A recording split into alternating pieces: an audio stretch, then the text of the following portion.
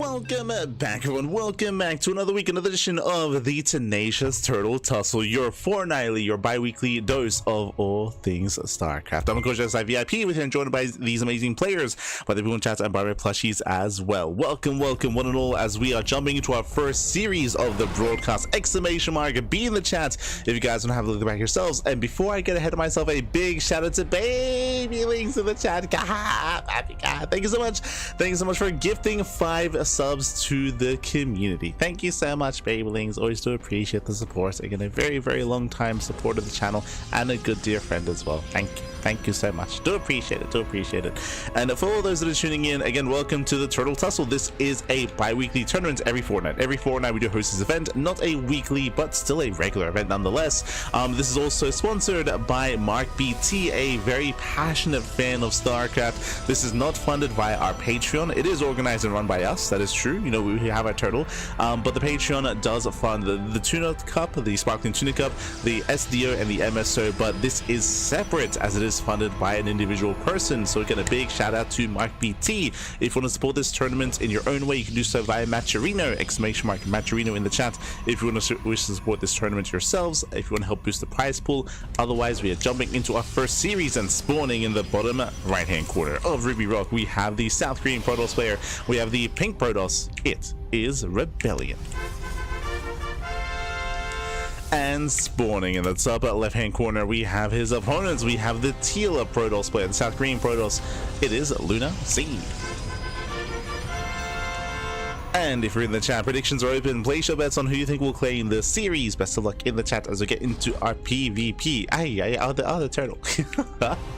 As we get into our PvP, of course, Lunacy and Rebellion, they're good friends. They are very good friends. I mean, a lot of the like semi-professional Korean players are referring to players like Lunacy, Rebellion, Stephen Curry, 3Point as well, amongst many of the other Korean players. I'm thinking of Quanta, for example. They're all good friends. They all do practice together. They all do train together. At least they used to. I will say that nowadays a lot of them have stepped away, have taken some time off, or since retired. But Lunacy and Rebellion is still very active. I'm thinking of Prome. True, I'm thinking of Prome as well. Very true. Farmy, yeah, Prome, Farmy, amongst the others, and we'll see how they compare against each other. Now, coming into this, I do lean towards Rebellion, but I know that Lunacy can be a very spicy player. He can be very spicy in his own right, so this can go either way. I lean towards Rebellion, but I can see this going Lunacy's way as well. It's a hard one to call. Definitely a hard one to call. Again, exclamation mark be in the chat to have a look at the bracket yourselves. The bracket is live, the bracket is stacked, and we do have some fresh faces on the bracket as well, so definitely a lot to get into. We'll get there. We'll get to the bracket after the series, don't you worry. We'll get there. We'll get there. Just catch you in the chat. It's internationally known that live VIP does not wear pants. It's true. It's very true. It's very true. Aye. Oh no. Fun fact though, I have actually had to force myself to wear some pants at times when looking after my bunnies. If they ever like try to climb on my legs or like climb on my back or something, I have to wear pants now. So their claws don't dig into my legs. No, but I think that I will say that's the only time. That's the only time I'm wearing pants. I can confirm. Just to protect my legs, baby. Oh no. Not like this. But now though, it's gonna be double edit opener out of Lunacy. Double edit. Meanwhile, we do have our initial stalkers from Rebellion, Stalker Sentry. Rebellion did opt to go for a Stargate opener back at home, going for the early Stargate, going for the Oracle to pass across the map. Meanwhile, Lunacy is going for a standard opener instead, going for a slightly faster expansion and going for a Twilight Council into Blink. And we'll see if Lunacy can keep up. So far, the Oracle is making its way into the main base. Shield battery is in position, and Lunacy should not lose too much in the main base to the Oracle. Should be able to defend, should be able to maintain his economy at least. But what about the main army? Rebellion does push forward. Lunacy has a shield battery, sentry, stalkers. Lunacy should be perfectly fine. Station trap into the main base. Lunacy does react, does pull away. Ooh, but the Eps do make their way in. Yeah, they're shaded into the main base. Last Lunacy is distracted. To an Eps taking one-shot probes, and then we go 1, 2, 3, up to 4 probe kills. Ay. Can we get 5? Where's the reaction? Where is the main army? The main army is late to react here. Getting up to 5, getting up to 6. Ooh, not quite. Let Eps shade away. And again, we had a very shaky defense here from Lunacy. So far, Rebellion does take a lead. So far, Rebellion is still wreaking havoc. It ups a Shade back in. They can still one-shot probes. Oh, and they do. 6, 7, 8 probes. Can we get 9? Oh, not quite.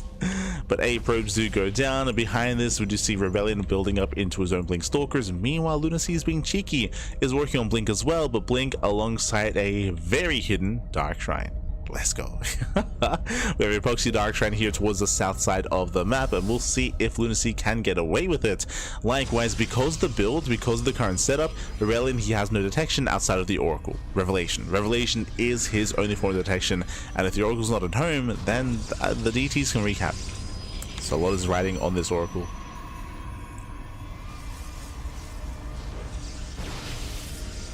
Catching up. Also, a big shout to Salensford in the chat. Hello, baby links.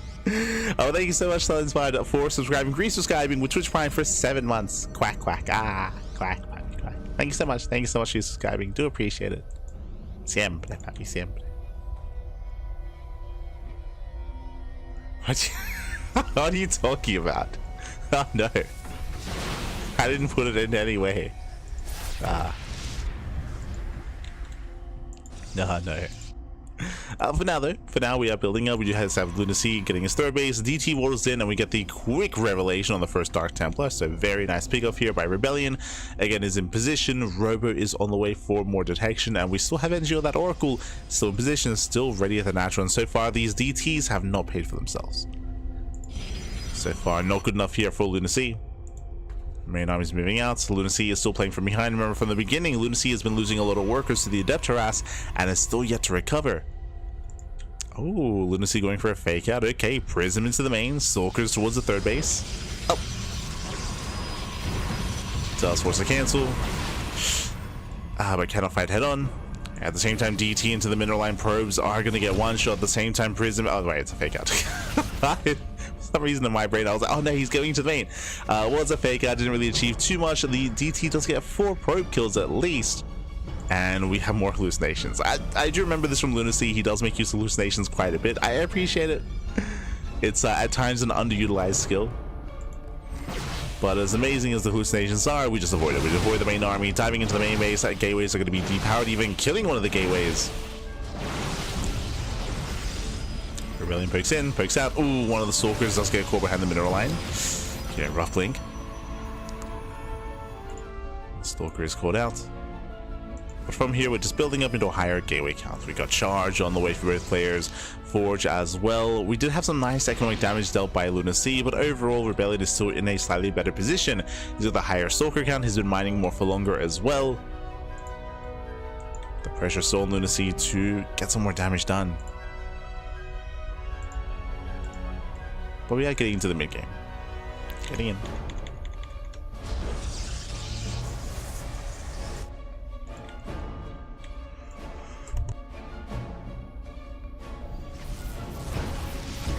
So Rebellion pokes in. Oh, we'll finally lose the Oracle, but does get 3 more probes. Barely gets 3 more workers. Rebellion's still ahead economically. And we should be refining our compositions. Rebellion is working towards Charge, into Archon production, into Charge of Archon Immortal Stalker. Meanwhile, Lunacy is still getting up there. No Temple Archives yet. Still very gateway heavy. Very gate heavy. Rebellion, he hasn't morphed in the Archons yet. He's not ready. So Lunacy does have the larger army. He caught workers earlier. Yeah, less probes for Lunacy, but massive warpins and take his gases out of the natural, going for a massive zealot timing. 8 times on the Archon, and the Archon is not going to finish. Oh, and never mind. We'll finish up, but there we go. Does get focused down, and no shots go up, and Lunacy, he breaks through. He breaks through the defensive line, getting on top of the Stalkers. Again, the Archons were barely not ready. As we tried to mention, Lunacy, no gases. No gases at the natural, no gases at the third base. A heavy zealot warp in here. Just going mass zealot, cutting workers early, going for a 3-way soul in. And Rebellion, he was cool with his pants down. The pants were down, the Archons were not ready. He didn't realize how much danger he was in. And Lunacy, he breaks the third. And he's not done. He's not done, he's just going to keep on pushing. Didn't matter that he had less workers. He just committed. Just committed. The Immortal pops out, but too little too late. And with that, Lunacy, he will break the third, break the natural base, and look to take a lead in the series. The Rebellion microing his heart out with his Wing Stalkers, but I mean, he's already lost his third. He already lost the third base. Reinforcements are a little bit delayed, but they're coming. Warping in more Zealots. Oh, let's see, backing up. Catching out more Stalkers. That's another 4 Stalkers going down for only Zealots. Ay, ay, ay. Yeah, very efficient trades here against Zealots. Do a great job just tanking volleys and also trading well against Stalkers. How do you counter this? SimCity and also Archons. Speaking of, here comes the second Archon for Rebellion. The first one was focused down. Again, we needed these Archons earlier. We needed them sooner.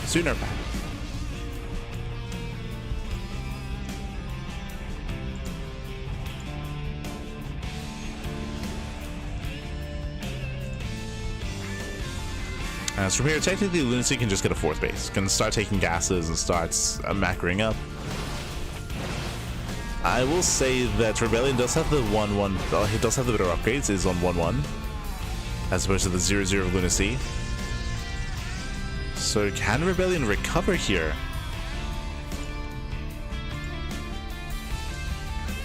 I mean, he's getting more pylons, working on +2.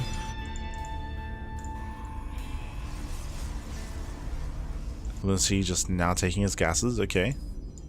Starting up Immortal production. Lunacy still has the advantage, but if he's not too careful, Rebellion can take a bit of fight. He's down to 3 Archons. And slowly building up that Archon count. Lunacy pulls away.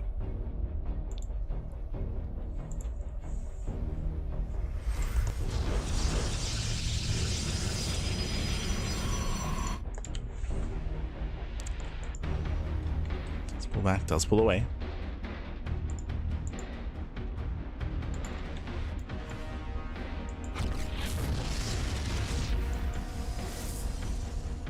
And I'm a little bit concerned here for Lunacy. As time goes on, sure, he currently has an advantage, he has an army advantage, but he's being outscaled. Straight up, Rebellion, he's building up a superior composition. Remember, he's got 2-1 upgrades, working on +3 attack, by the way. Very strong upgrades here for Lunacy, and again, a better composition with Archons, with soon-to-be Immortals mixed in as well. The quality of the army is just superior here for Rebellion, and Lunacy, he had to do more damage. Did well, killed the third, traded well against the army, but again, his reinforcements were late. He had no War Prism with his army, so his War Prisms were delayed. And the soup is lying to you right now. The soup is like, Rebellion's down 30 army supply, but again, the kind of army that he has here can excel. And speaking of, Zealous try to dive in. Ooh, nice dive. Okay, takes down the Prism. Prism gets sniped. Archons push forward. And can Rebellion take this? Breaks through most of the Zealots. Getting in trouble with the Stalkers. Down to 3 Archons. Down to 2. Yeah, 2 Archons left. Zealot Warping is coming in, and Lunacy will hold. Whew. Yeah, he does hold on. Again, once the Archons go down, there's no buffer, there's no support. Let's see, he does hold. That was an expensive trade here for Rebellion. He lost 5 Archons. Oh. 5 Archons just went down. And Rebellion, what's really hurting him here is the economy. The lack of saturation.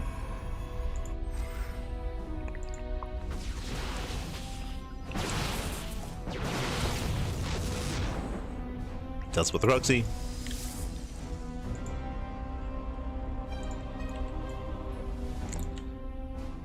Rebellion, he is getting into +3. We'll have an even greater upgrade lead.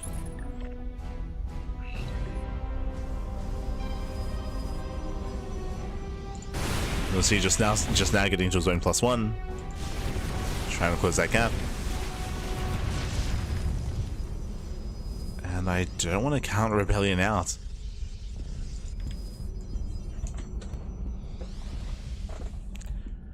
Lunacy still has that supply lead, and with that, he can still leverage that into counterattacks, round buys. Even here, he's got DTs, ready to dive into a mineral line.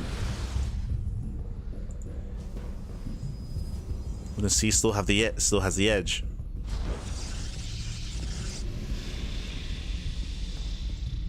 And we'll see what Rebellion can get done. Once again, he builds in, or he warps in 5 Archons.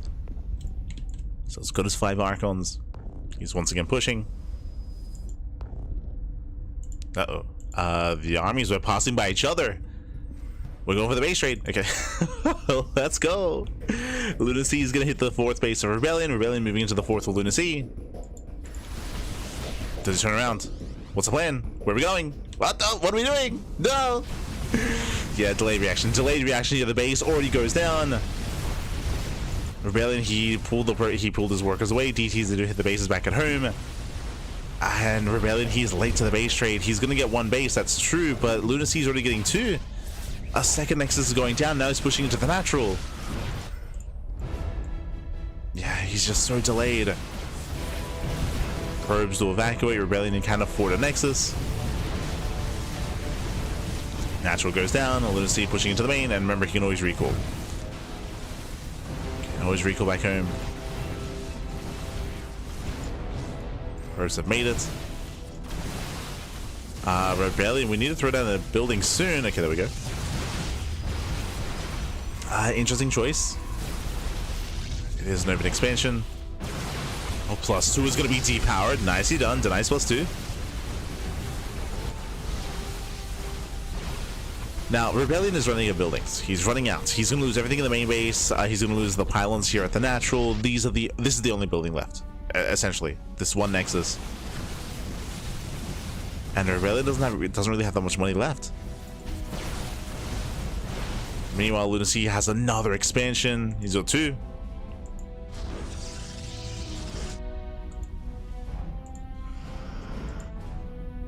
Now, there's a world where Lunacy could, because he's got so many bases, he might just try to dive and just kill this 1 expansion. Now, he doesn't know, because Rebellion hasn't been revealed. Lunacy doesn't know exactly how many buildings there are. So, making the choice to dive on these 2 buildings, it's a difficult one to make, just because he doesn't know exactly how much there is. For all he knows, there could be hidden pylons and gas geysers all over the place. And we have 1 base versus 1 base. Let's go. +2 may still be repowered. It's possible. So I'll say peel off to kill that building. Now, when it comes to a head-on engagement here, the army supply is actually quite close. I do favor Rebellion in a head-on fight, thanks to his upgrades. Rebellion, he is up in Archons, he is up in Stalkers. Rebellion, he's slightly behind in Zealots, but only slightly, and of course he has no Immortals. Rebellion does.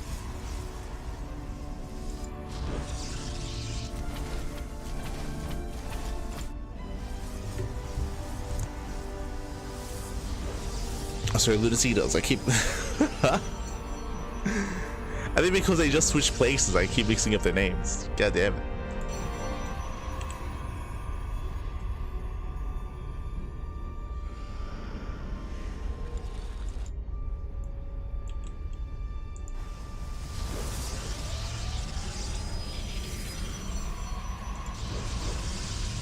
Rebellion has a little potential with this army.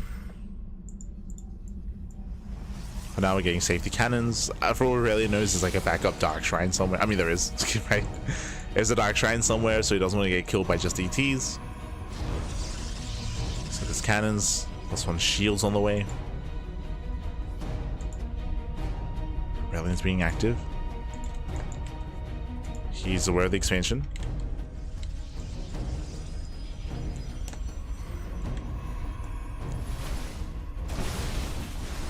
The Temple Archives, so the Twilight Council.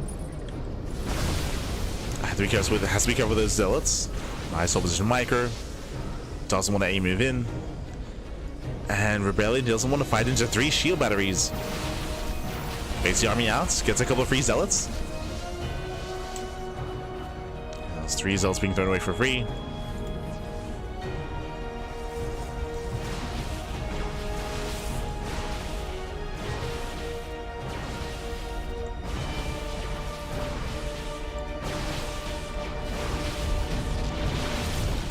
Cybercore. Oh! Once again, baiting him out. Rebellion wants to lure him away from those shield batteries. Meanwhile, Lunacy getting a second base up and running, which I believe Rebellion is unaware of. He doesn't know. Doesn't know there's a second base. Lunacy is no longer supply blocked. He can soon start to build up a greater army. There it is. Another Archon.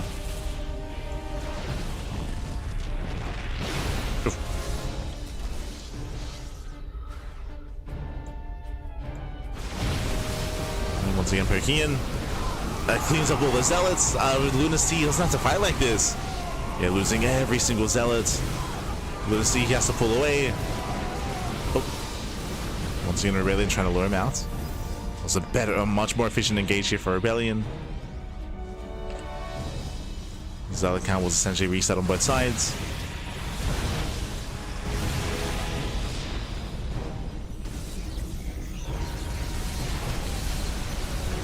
Gets an Archon. Yeah, piece of an Archon here and there. Again, the overall army control has been better for Rebellion. Lunacy has been struggling.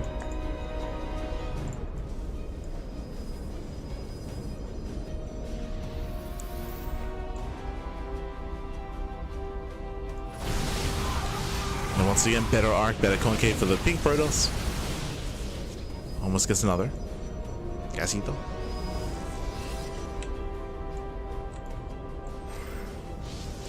He's rotating. At this point, I wonder if he's aware that there's another base. He's checking. Yeah, rotates to the right-hand side. We have a massive amount of gateways on the way. Lunacy is still supply blocked. And Rebellion, he is checking. Oh. Gets an Archon. Archon gets picked off. Rebellion doesn't lose anything.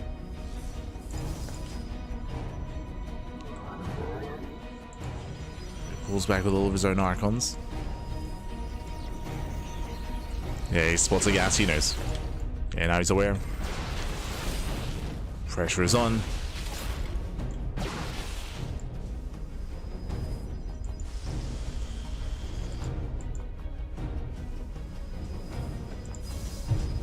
And now that there's no longer a supply block, we're warping in. Lunacy just warped in a massive wave of Stalkers. And Lunacy should be able to do it now. Again, he's been on 2 bases for so long. He's now actually macroing, he's spending his money. I can't say the same for Rebellion. And again, Rebellion, he has had better unit control. He's had better upgrades. It's been impressive. But sheer numbers might just be too much.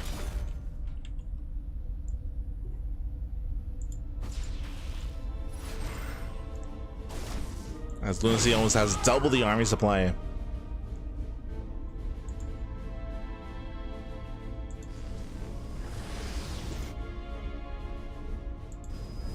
Oh jeez. Again, that was only half the army. Here we go. Here comes everything pulling together. Do we go for another base trade? Let's go. Let's go. And once again, Lunacy hits first. Lunacy hits first. Rebellion is pushing. Pulls away some of the boys. We commit to the second base trade of the game. Let's go. That's a little wasted DPS, by the way. Yeah, half the army was not attacking. Wasted DPS out of Lunacy. Rebellion diving in. Space will go down. Thankfully, Rebellion, he can afford another Nexus.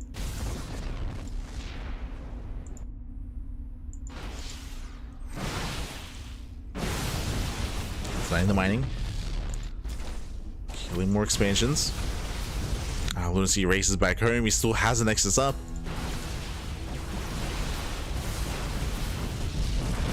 Lunacy starts a base.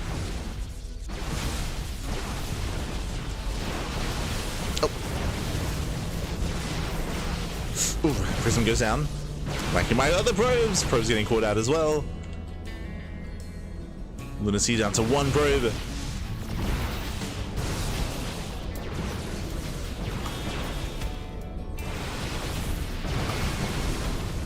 Rebellion, he bleeds out more Archons though. And more Archons going, oh no, the Archons are exposed. They're all going to get picked off. Every Archon, and Lunacy is done. A GG gets called. Lunacy cleans up the army, and Lunacy will take game number 1. Whew. GG. Oh my god. GG, well played. 2 base trades in 1 game. Again, Rebellion, he had some better army control. He had the better upgrades. He had 1-3-1. It was crazy the amount of upgrades he had. He was holding his own, of course, but we saw that Lunacy had the greater economy, had the greater production, could actually just build on more units, build on more stalkers, retain those immortals as well, and eventually did overwhelm. GG, well played. Lunacy, he went for initially a 3-base all-in. As a reminder, winding it back a little bit here, as a reminder to how this series did pan out. If you do recall, we did have Lunacy going for a 3-base all-in, cutting gases. So he had no gases at the 3rd, no gases at the natural, just cut gases and just committed instead. Did commit on 3 bases with Mass Zealots, and he broke the 3rd. He didn't quite kill the natural of Rebellion, and that allowed Rebellion to recover. It allowed him to try to macro out of it, and he had a chance, definitely, for sure. But in the end, GG.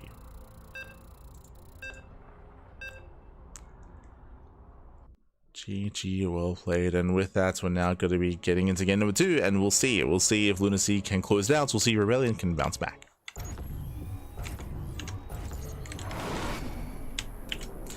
And spawning in the bottom left-hand corner of Old Republic, we have the pink Protoss player, the South Green Protoss. Down in the series, we'll see if he bounce back. It is Rebellion. And spawning in the top right-hand corner, we have the teal Protoss player, the South Green Protoss, leading the series 1-0. It is Lunacy. Let's go.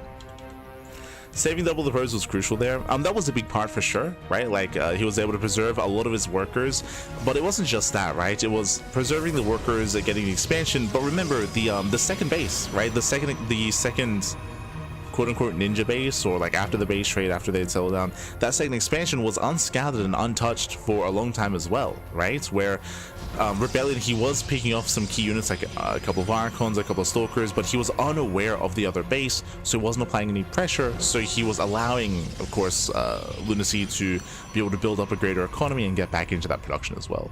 I'm sure that if Rebellion was aware of that expansion, he would have been rotating faster, right? He would have been rotating and trying to bully Lunacy, and if he were able to deny one of those bases, then different story, right? But he was hyper fixated on the one base that he had spotted.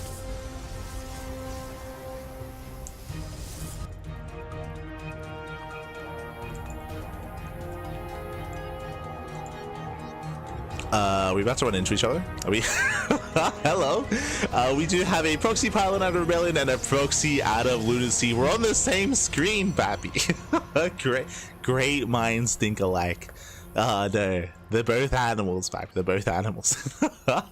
Now, based on Lunacy's proxy location, this looks like a Stargate. It's still quite far away from the natural, so I'm imagining Stargate play here by Lunacy. Rebellion, are we also opening up Stargate? Are we just going proxy Stargate right next to each other? Oh no, double robo! He's crazy, baby, he's crazy.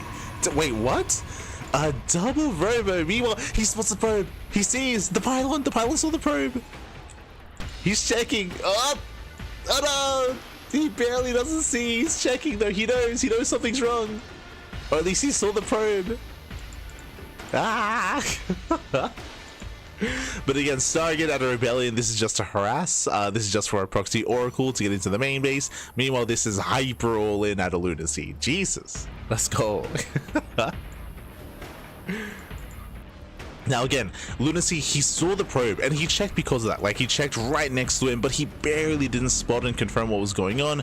Because of that, there's no shield battery, right? Lunacy, because he doesn't really know what's happening, because he did not confirm the proxy Stargate, there's no shield battery, which means this Oracle can kill the mineral line. He can pop off. And there's not going to be much of him to defend. Adepts, they warp in. They threaten the wall. We have double immortal production, but the Oracle's coming. And the Oracle will see everything as well, because of the path he sees, he knows. He scouts the proxy double robo. Rebellion back at home, going for his own defensive robo.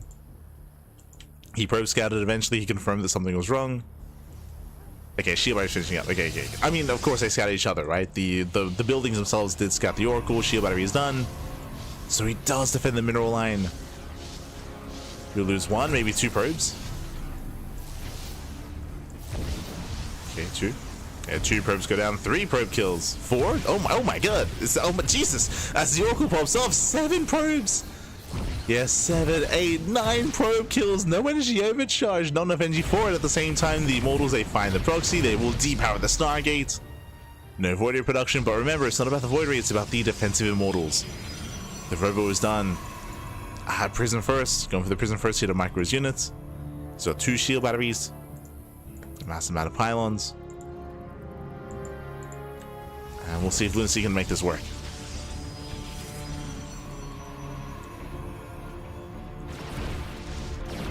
As Lunacy, he has a crippled economy, down to 14 probes. Down to 14, but there's no warp gates. Oh, no warp gate. The first gateway goes down. Reinforcements are heavily delayed. Revelation on the Observer. But with the Prism, the Force Shield is not good enough. Lunacy saves the Immortals. Save, does move in. Oh, Rebellion, he's gonna repower. He's gonna repower the Stargate. Let's go. The Prism has arrived. Repowers the Stargate. Void Ray will spawn in, but I don't think it matters. I mean, I had limited anti-air. True. Technically 2 Stalkers. If he can kill the Stalkers, he's going for it. Okay, he dives on the Stalker. The Stalker's getting low.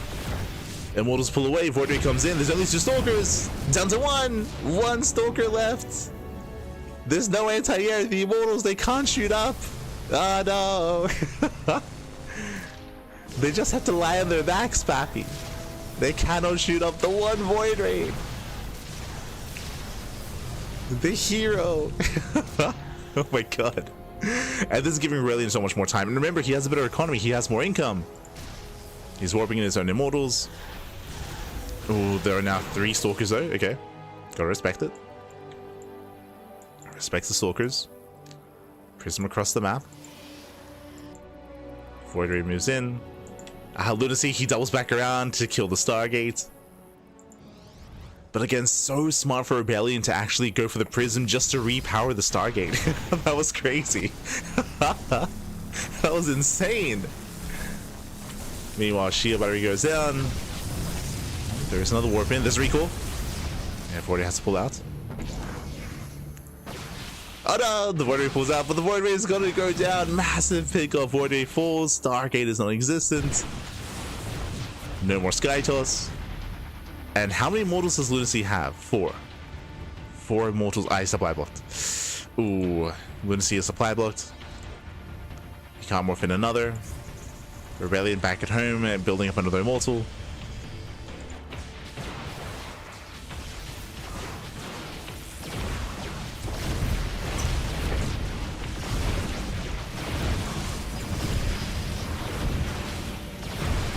As the robots are going down, Lunacy looking for a fight. Still has a higher Immortal count.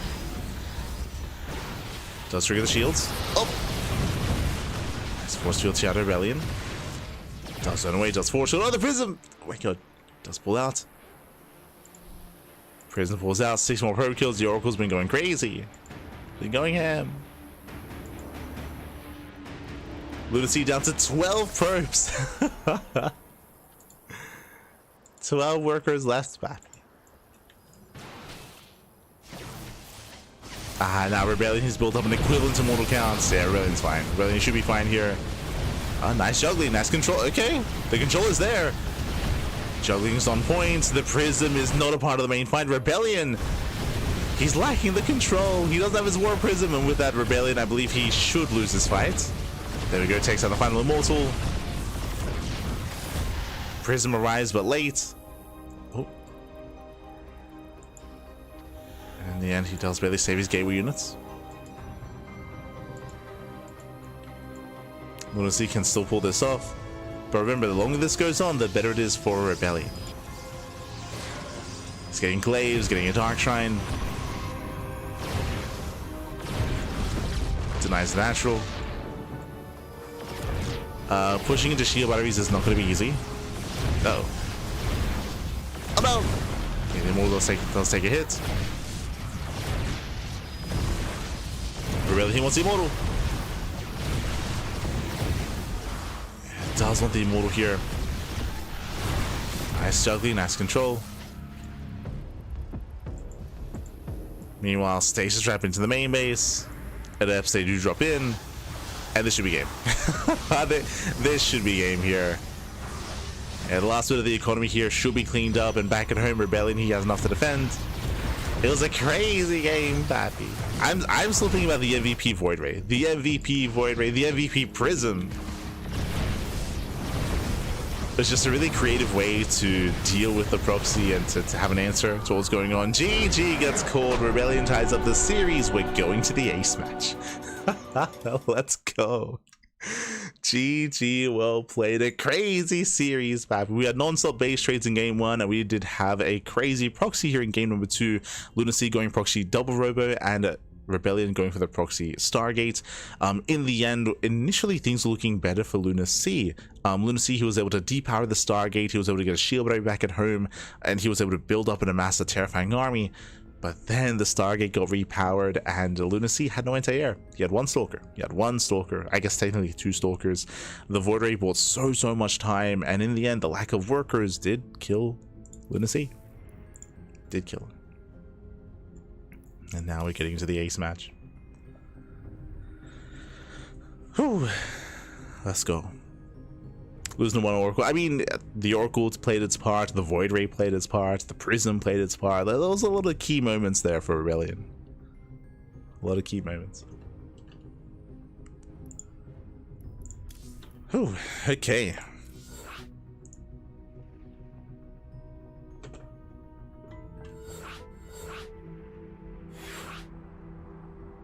Here we go. We're getting into the ace match. Going to be loading into White Rabbit.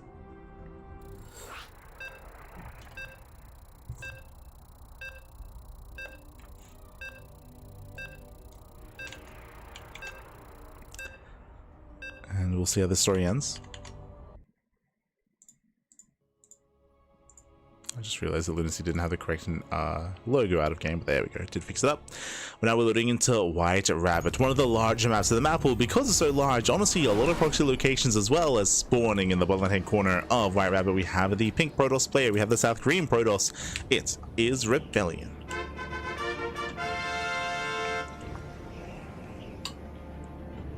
And spawning in the top right hand corner, we have his opponent. We have the South Korean Protoss, we have the teal Protoss player. It is Lunacy.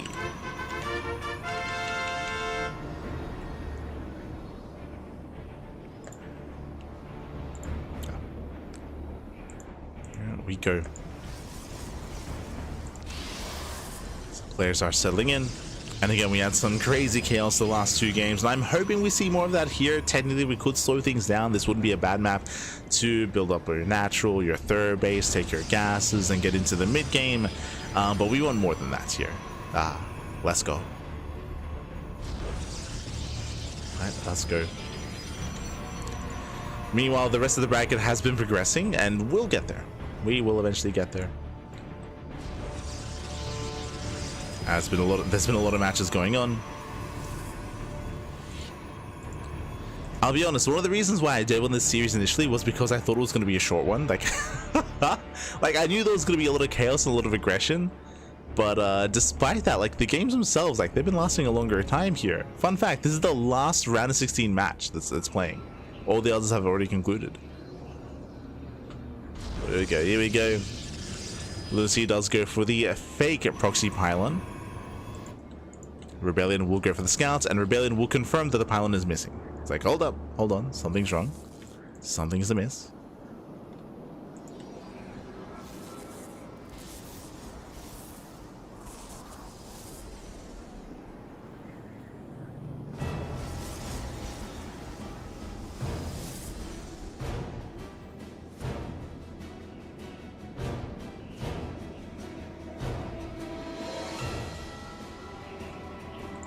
We'll see how Rebellion does react.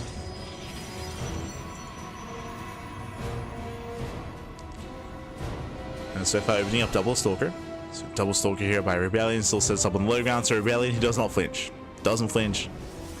He will expand. His own Pro Scout confirms the pylon as well.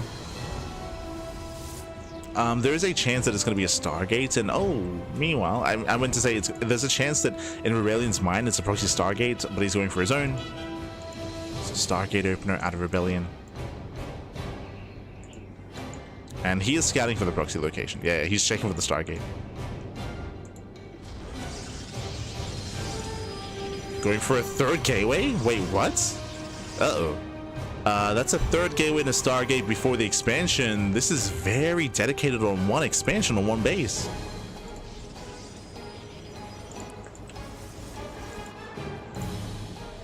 Does he open Phoenix? Oracle. Okay, it's going to be an Oracle opener. One base all in. One base all in out of Rebellion. He does have a proxy pylon across the map. He does engage with the initial Stalkers. Better trade here, Rebellion. Rebellion does shoot first. See, the Stalkers are getting very low. Stalkers are getting low. Rebellion, he does not chase. Keeps moving out. He's making his way towards the natural. There's the fourth gateway, so one base, 4 gate all in. It's going to be vanilla Stalkers. No blink. No upgrades. Just your tried and true 4 gate. With Oracle support. And we'll see which side gets damage. Who distracts who?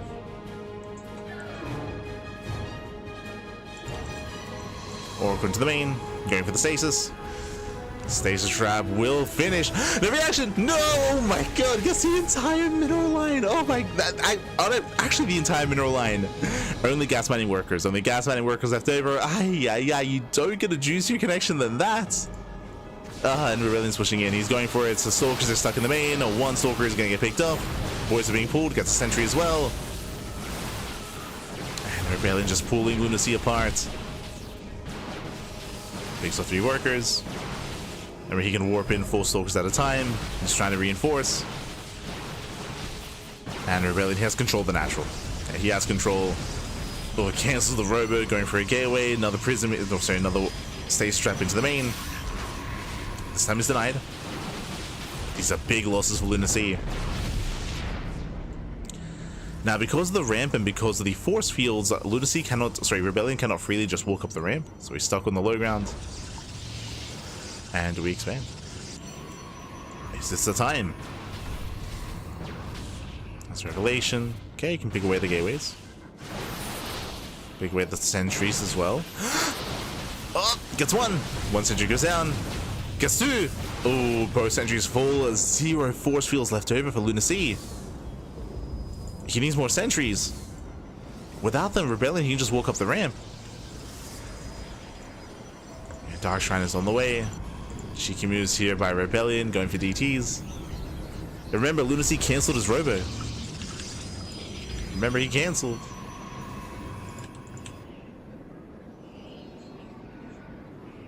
And Rebellion, he backs off. He backs off. He's getting an expansion. Oh, we do have some adepts warping in outside of the main.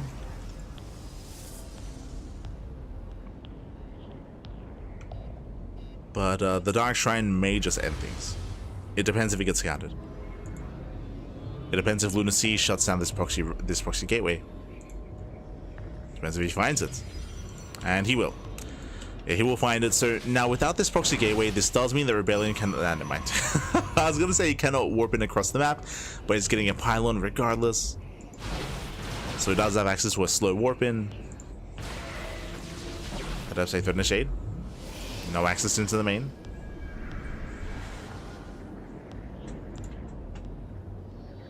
No access. Pylon is done. Dark Shrine is finishing. And you tell me, how much detection? No Stargate, no Robo, no Forge, no nothing. As I mentioned before, there was a Robo in production earlier and it was cancelled for a gateway. Lunacy did cancel it, and here comes the Invisible Man. And this happens in PvP. It happens. We've seen Max insta GG. We've seen Hero insta GG. Happens to the best Protosses out there. DT just walks into the main base. Shield battery does not matter. We can just one-shot. Oh, there we go. Yeah, going for the Robo. Does snipe the robo. Force fields. I don't think there are enough to really zone it away. At the same time, Adepts get in. Oh, that should not have happened. Okay, Adepts, they do bust into the main. And GG gets called. Remember, 0 detection. And Rebellion will take the series 2-1. GG.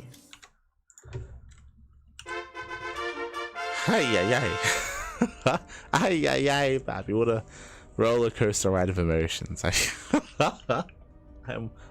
My brain is already worn out by it. But GG well played.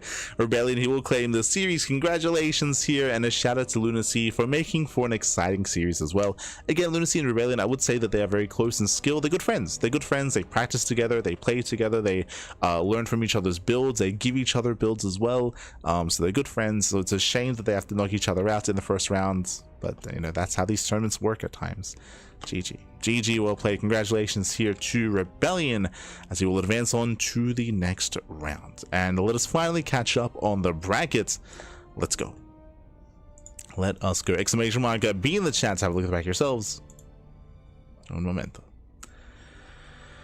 Oh my god. Is he stuck on the low ground, or is Lunacy stuck on the high ground? True. Who's stuck in there with who? As we quickly hop on over here to the bracket, exclamation mark B. In the top side, we do have ByuN. ByuN has been patiently waiting this entire time. I'm sure he was watching as well. I'm sure he was watching the nonsense that was unfolding before us between Rebellion and Lunacy. So ByuN is up against Rebellion. Meanwhile, Shameless is already in the semi-finals. He's already there. Semi-finales, papi. Shameless takes down Erebus. Shameless takes down Nickrak 2-0, and Shameless, he is waiting in the upper semi. So the winner of ByuN and Rebellion. Scrolling down, we have Nice. Nice is up against Percival in the quarterfinals. Looks like Nice is up in the series versus Percival at that. Best of luck. We have Gerald that takes down Matrix. We do see SortOf takes down Havertz, and we have Gerald versus SortOf in the quarterfinals as well. Fun fact, there's only one Zerg player left. To be expected, only one, that is SortOf, and I was gonna be covering SortOf. I was tempted. I did see the first round match, and in my opinion here, Rebellion versus Lunacy was a very high profile match I did not want to miss, but I was hoping it was going to be a little bit faster and we could maybe catch some SortOf against Gerald, but alas, they've already begun, and we're going to be following Rebellion into his next series. I do hope that we get a little bit of diversity. I wish the best to SortOf, and we could maybe see him in the semi-finals. I hope so. Just so we can get a little bit of Zerg. Un poquito, papi, un poquito.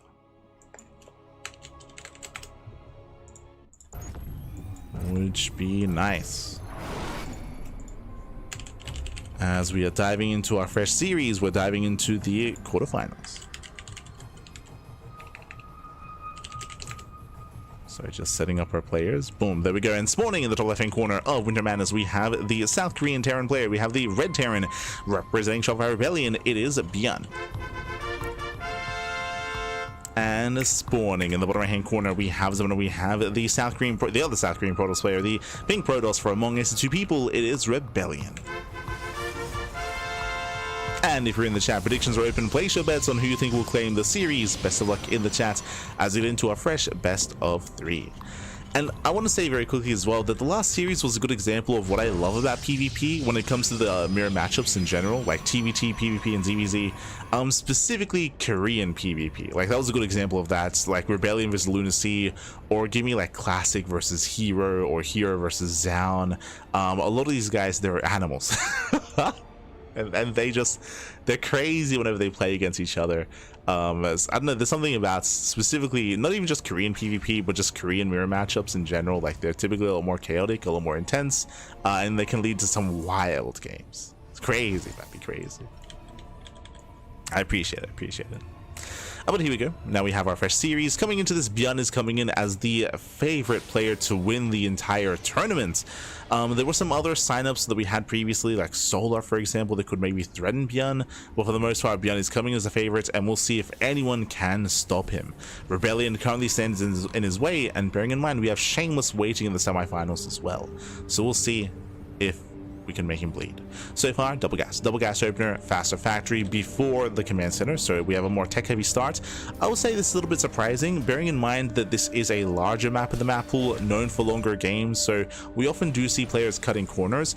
But Rebellion has a reputation. We just saw him in the last series. Rebellion can be very cheeky, can be very aggressive, can be very unorthodox in his play. Very rarely does Rebellion just play standard. It's a rare sight just to see just regular vanilla standard play out of Rebellion. He's a little more spicy, Pappy, a little more spicy. And speaking of spicy, Stargate opener. Is he gonna get scattered? The Reaper is out. Adept is in position. Now, there is a build that Rebellion is fond of in this matchup, and that is a Tempest Rush. So we have seen him Tempest Rush before, so we'll keep an eye on the timing of any kind of Fleet Beacon or a second Stargate.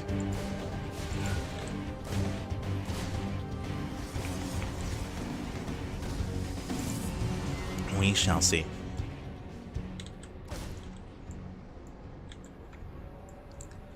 And then you get Patty Mac to come here and dominate this tournament. Oh, it's that Patty Mac. Is he back in China? I know that he was spending a lot of time in China for studies, but I know he went back for a bit of a break.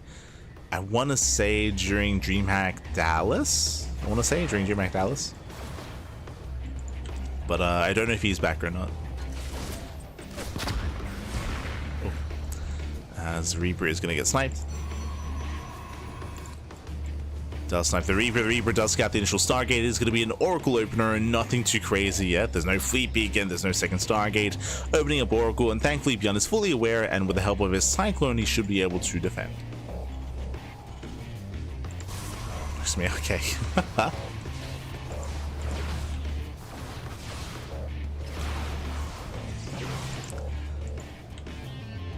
No, there it is.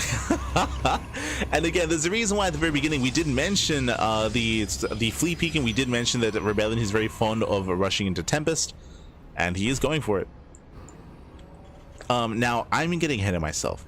I don't see a second Stargate, so I'm thinking Tempest Rush. There is another variation where we see a Mothership Rush. True. Rebellion, he does like going for Mothership Rushes as well. Twilight Council's on the way. This could be for the Mothership. Show us what you got.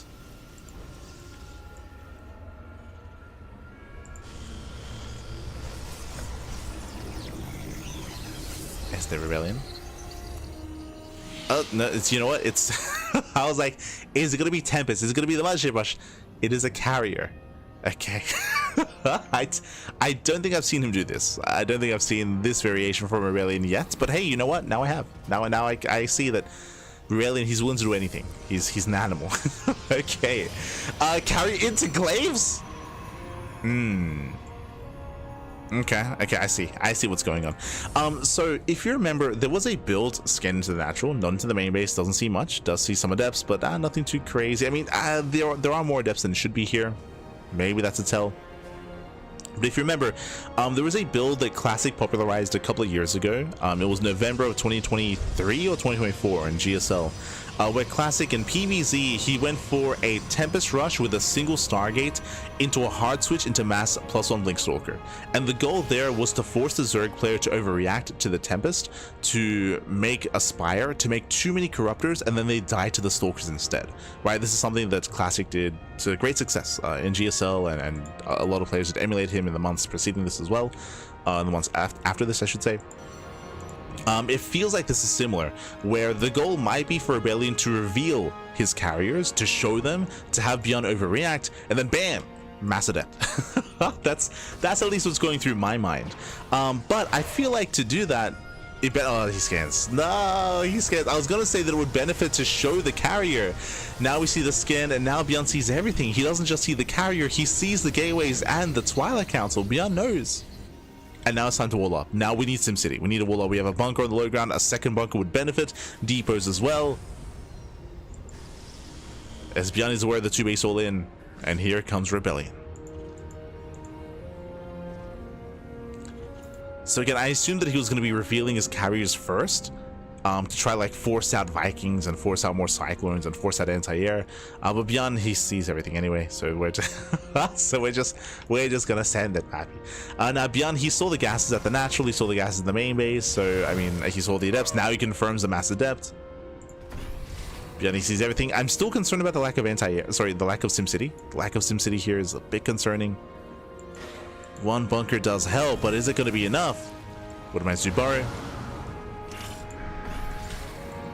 There's Revelation.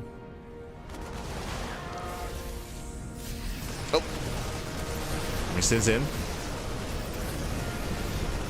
Does them in so far, avoids the mine shots.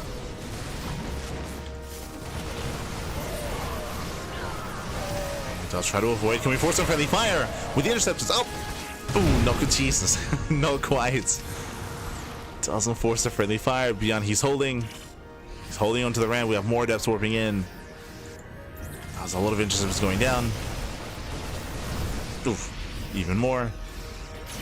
Base out the stasis, and Rebellion has to get the hell out of here. He pulls away. ByuN trading very efficiently, and on 2 bases, even going into Ghost production. The academy is done. Ghosts are on the way.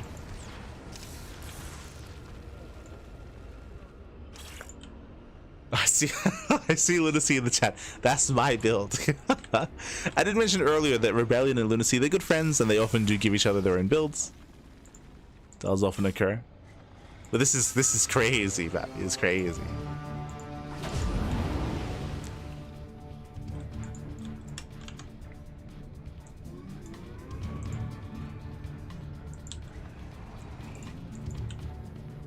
So here comes ByuN.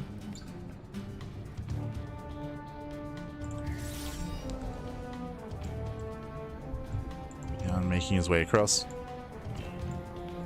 Rebellion, he's going to try to macro out of this. He's getting a 3rd base, but again, tech-wise, he doesn't really have anything. So, very quickly here, when it comes to the army composition that Rebellion has, he has Glaive Adepts and he has a couple of carriers. He has no splash damage. The army, the gateway units themselves are not very efficient compared to Blink Stalkers, compared to Zealots. It's a very inefficient composition, and as time goes on, ByuN is just building up a greater army, drops into the main base, Probe's going to be going down. Nice pick here by ByuN. Gets full workers, the main army does push out across the map. And this is going to be a tough hold here for Rebellion. So it leads out even more depths. The drop does get out. And again, the main army is almost pure adept. Now the sentries have potential with their force fields, for sure. Jesus. No, shall we commit? Can we force friendly fire? No, no, good. Yeah, the mine shots are going off. Oof. Before the shade. And as they try to commit in. And they're picking up the Marines, okay. They trade well against the Marines. ByuN has to pull back, has to respect this. He's building up more Marauders. And picks up. Just picks up, pulls away at the same time, drop back into the main base. 4 more probe kills. Looking to depower the main. Rebellion is all in. It's all or nothing back. He shades. Dives on the army. EMPs were a little bit late, but the depth stage just crumble. Yeah, the depth stage just crumble. They just melt. The carriers are all that remain. Focus now whatever Marines they can, but GG gets called. There's just not enough in the air, and ByuN will take game number 1. Whew, GG, well played. Unfortunate there for Rebellion that he got scanned. This is also why I kind of wanted him to reveal part of his hand just to de-incentivize scanning, right? Like if the carrier revealed itself, then there's less reason for ByuN to scan because he's like, oh, you went for a Fleet Beacon, you went for a Stargate, you're going for carriers, going for something more dedicated. But again, ByuN didn't see anything, so he was prompted to scan, and he saw everything. The Stargates, the carriers, and the Mass Gateway Explosion, and the Twilight Council as well. So with that, ByuN was able to prepare back at home, able to take a defensive stance, build up his Bio, his Widowmines, his Marauders. GG, well played. With that, ByuN takes a lead, and now we're getting ready for game number 2. Let's go. Let's go.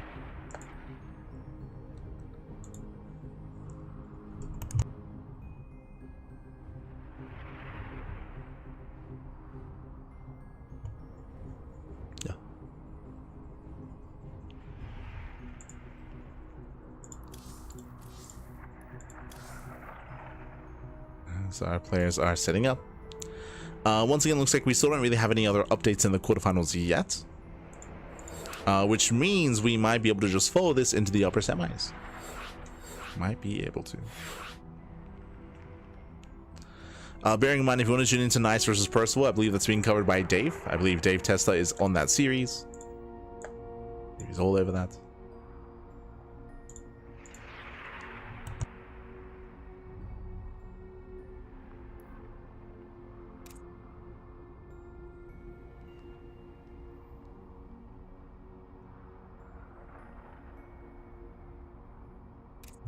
I just messaged Rebellion.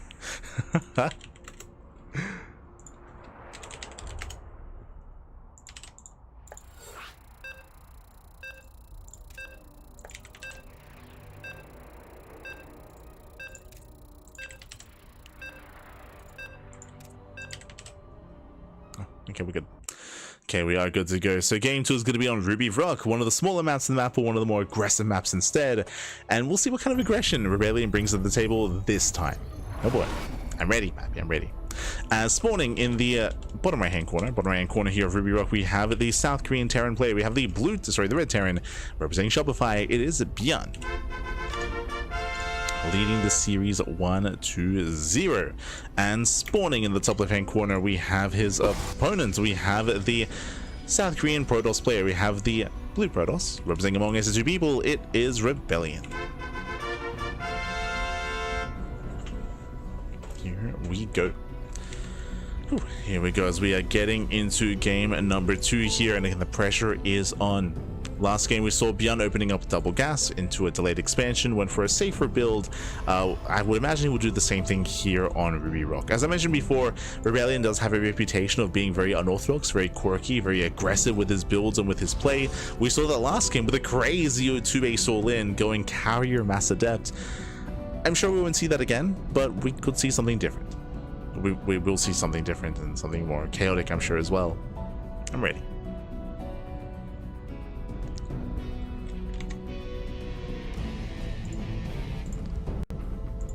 Go.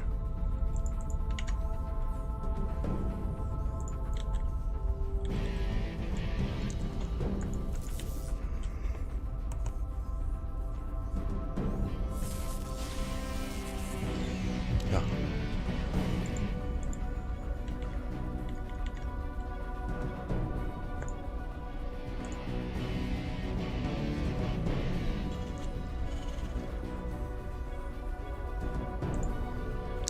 Yeah, so now once again, double gas opener into a faster factory. To be expected here from ByuN, just going for a more tech heavy and a safer start in the early game. Meanwhile, Rebellion does not proxy, no pylon, no shenanigans out on the map yet. Okay, so what have we seen? We saw some crazy carrier adept build. We still have yet to see a Tempest Rush. We've still yet to see, say, like a charge based all-in. I'm just trying to go through my, like, sift through my mind and try to remember the kind of builds that we've seen from Rebellion and PvT. And in my memory at least, I do recall a lot of Stargate play. And maybe a charge all-in. But we'll see. We might even see some standard play, true. Pause. Nah, it's not going to be standard Robo Opener. Robo Open out of Rebellion. Now, if this was any other player, I would say that this is a viable build. It's very out of meta and very out of fashion. If you remember, a couple of years ago, I want to say like around 2023 was when this was at its peak. It was back when we saw a rise in popularity of 3-rax stim timings. We saw a lot of stim timings, a lot of 3-raxes from the side of Terran. This was during the side Delta map pool. Cure was notorious for these 3-raxes. And a way to hard counter that would be to open up Robo. Why? When you go for a Robo opener, that means you get a fast Robo, it means you get access to a fast Bay, it means you get access to a fast Colossus. And we would often see players go fast Colossus to shut down the early sim timings and to build up in towards the mid game. But that's if I was casting another player, I'd be thinking of that. For Rebellion, this could be immortal production into like a bit of a Soul Train, like 2-base all-in. I don't know if he really intends. Yeah, he's throwing out more gates. So 3 more gates are on the way. No Twilight Council. ByuN back at home is going for an early tank. Is going for an early drop, actually. Okay. Early drop. Cyclone moves in. Ooh, Cyclone does catch a Stalker. Takes down the Stalker. Takes down the Adept. Warp Gate is not yet done. But the Immortal does pop out in time. Whew, and Rebellion is holding. And here comes the all-in. As I mentioned, a bit of a Soul Train. We're warping in the Sentries, the Immortals, the Prism. No Blink. No Twilight Council. No upgrades. Just vanilla gateway units to help support the Immortals. Now, ByuN scouted. Remember, ByuN, he saw the Robo, he saw the Immortal, he knows that something is coming his way early. Despite that, he's still going for the tank drop. Wait, no, my apologies. He keeps tank at home. Why am I blind? Okay, yeah, keeps it at home. Keeps tank at home. Marines, they do trigger the shields on the Immortal. They trigger the shields, anti-air is limited. Oh, and the Marines, they just ignore the army. They ignore the army, they force the defensive warp in, the shield battery is not done, Stalker's on its own. Boys are being pulled. At the same time, Prism's under fire. The Viking! Oh, 2 more volleys! What a mass! Barely does get a Prism, goes down. Boys are being pulled. And there's no way out of this. There's no way out of this. The Colossus tanking some shots. Nice target firing there out of ByuN. Does focus on the Immortal. And Land of Viking will clean this up. The Immortal goes down. ByuN, he defends. And across the map, the drop is still popping off, getting 8 probe kills. Nada. 8 probes go down. ByuN, he defends, and Rebellion, he is stuck with nothing here. Because of this build, he has no upgrades, he has no tech. He's just now starting with the Twilight Council, so very late Twilight Council, very late upgrades. Very rough position here for Rebellion. He still has an army to work with, but trying to push and break a siege line without Blink, it's not going to be easy.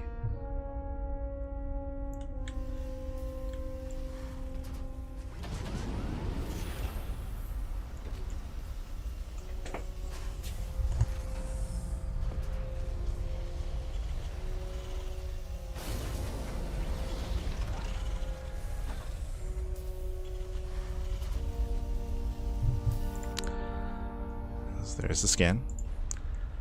Scans confirms the Twilight Council, confirms the research. Also gets eyes on the lack of gases. True.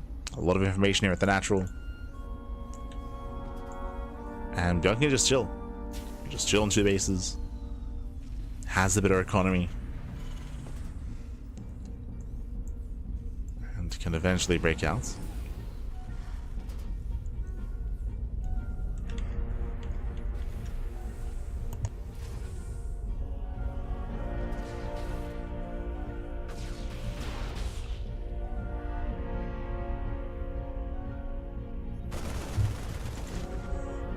Keen has it up ByuN.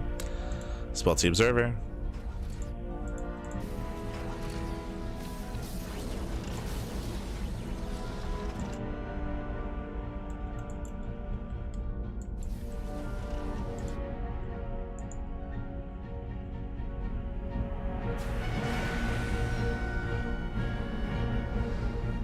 And here comes the main push.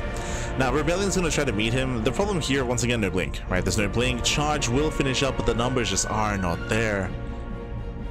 Oh, this works. Okay. Going for the base trade. Let's go.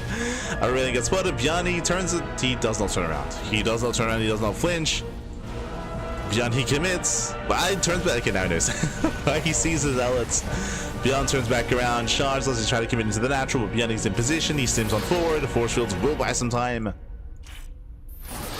Rebellion, let's get out of here. No. Sentries get caught.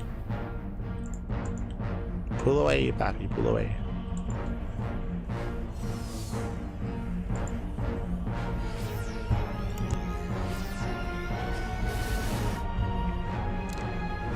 And this at least does give Rebellion some time.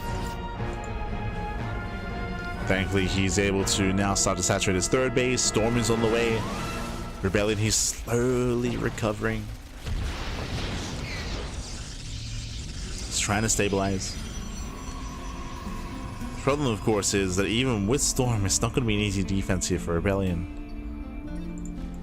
It's a lot of tearing. It's a lot of tearing back.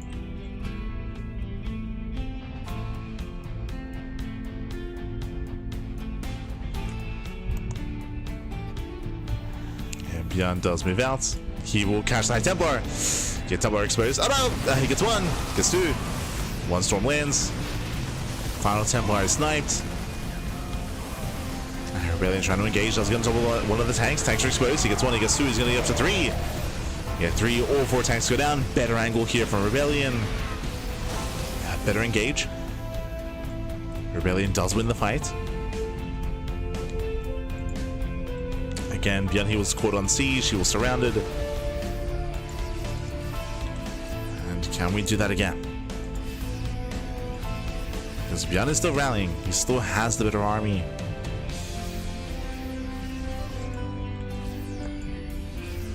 The upgrades, has numbers on his side. Scan spots how exposed the base is. How many storms do we have? 5 high Templar. That's a lot of Templar, but not many storms. Rebellion, he needs more time. Okay, 1 storm lands.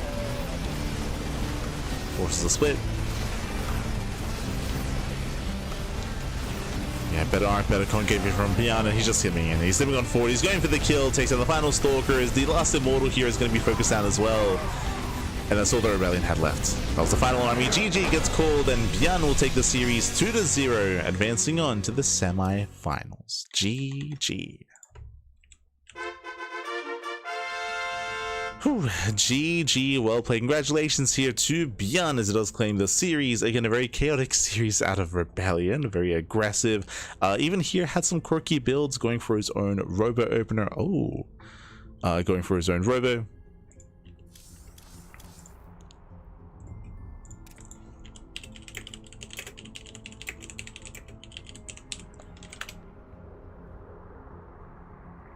And with that, GG, well played. ByuN, he does claim the series, does advance on, and we're getting ready for the semi-finals. Oh boy.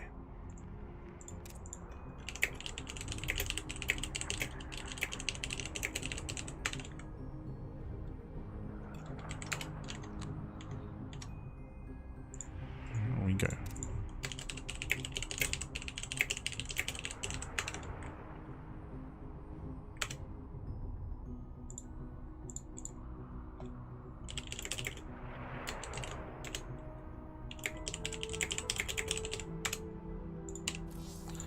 Okay, here we go. We're heading on over.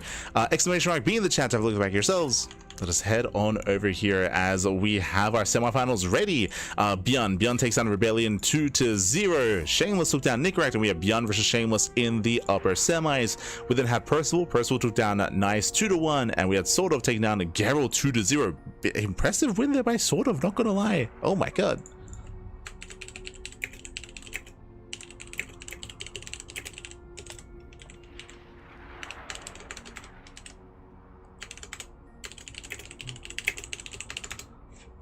Here we go. GG, well played. So SortOf takes down Gerald. Honestly, I'm a little bit shocked. Gerald, he's been on fire as of late. He's been traveling a lot as well. I do favor Gerald in that series. I know that SortOf took a lot of time off. Remember, he took some time off from StarCraft. He's been playing a lot of AoE 4. He recently, in the latest patch and latest map pool, did return to SC2, and SortOf has been looking impressive. I mean, again, I'm a little bit shocked. I'm a little bit in awe. Oh my god. That's SortOf. Impressive, Papi. Impressive. Let's go. But SortOf, he does make it to the semifinals, and he's going to be facing off against Percival. Now, very quickly here, we will be casting both semis. Both semifinals will be casted. One after the other, and we will be casting the upper semifinals first. Now, technically, the lower semis was ready initially by like a minute or two.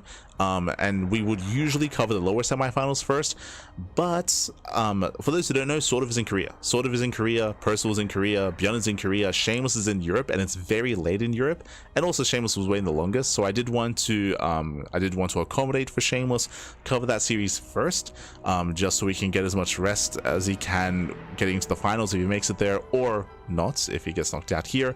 But I do understand that it is very late over in Europe, so I did want to have him play his match first, yeah, just to accommodate. Very late in Europa.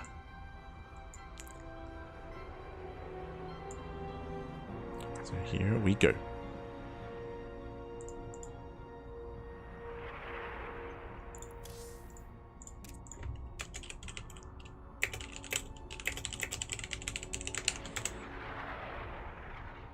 Beautiful. So for now, we're going to be cutting to a short break. Vita's underway, and when we come back, we'll have ByuN versus Shameless up next, followed by Percival versus SortOf. See you soon after the break.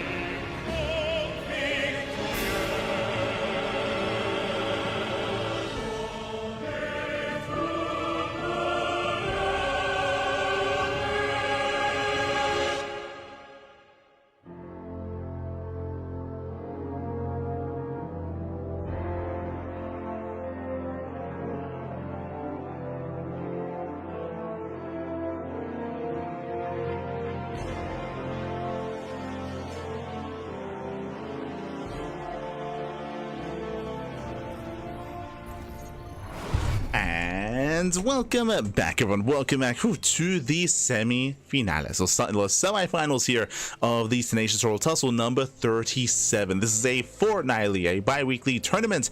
Every 2 weeks, we do host this open cup, and we are featuring our first two finalists here and now. It's going to be a TVP and spawning in the bottom right-hand corner of Tussle. We have the South Korean Terran player. We have the Teal Terran representing Shopify. It is a ByuN.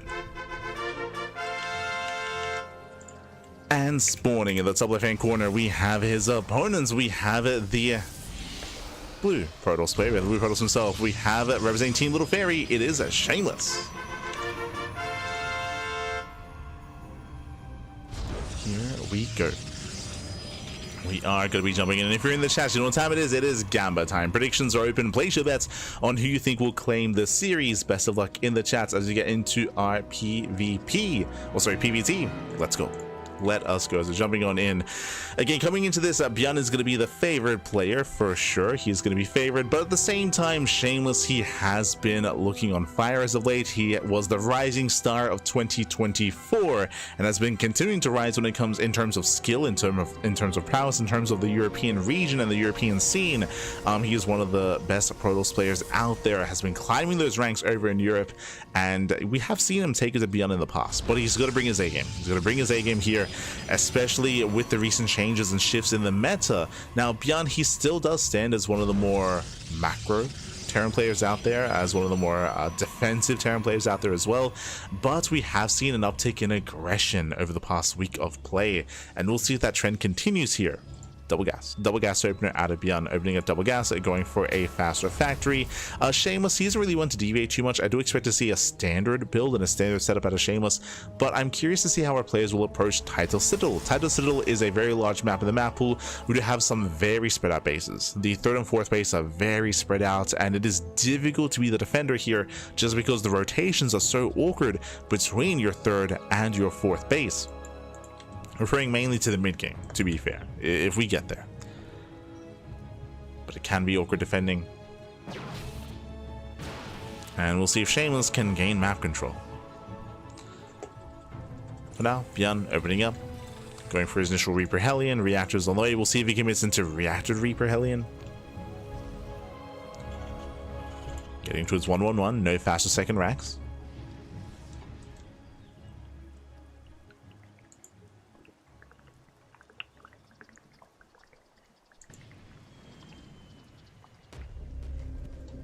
Don't forget to hydrate. Don't forget to hydrate, papi. It's getting very hot here in Australia. Very hot. So don't forget to hydrate. There's a Reaper, they bust into the mineral line. Two probes already going to be going down. Very nice pickles here by ByuN.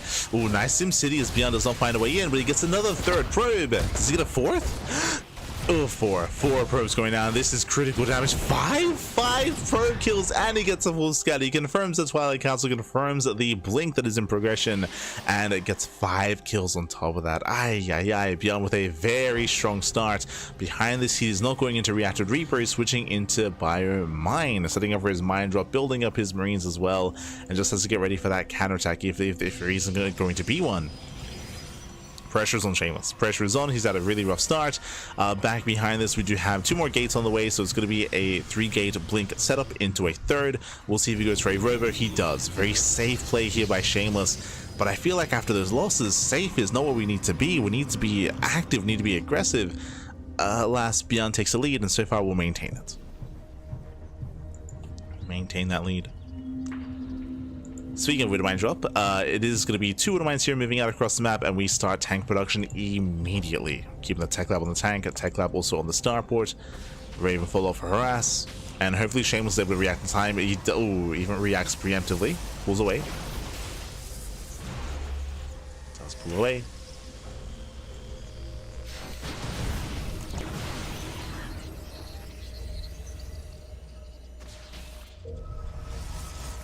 Does pull out, does pull away.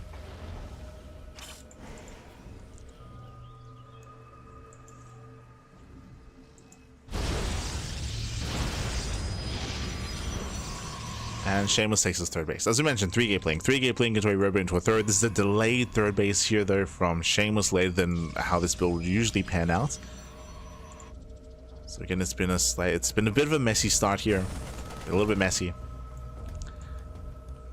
And we'll see if ByuN commits.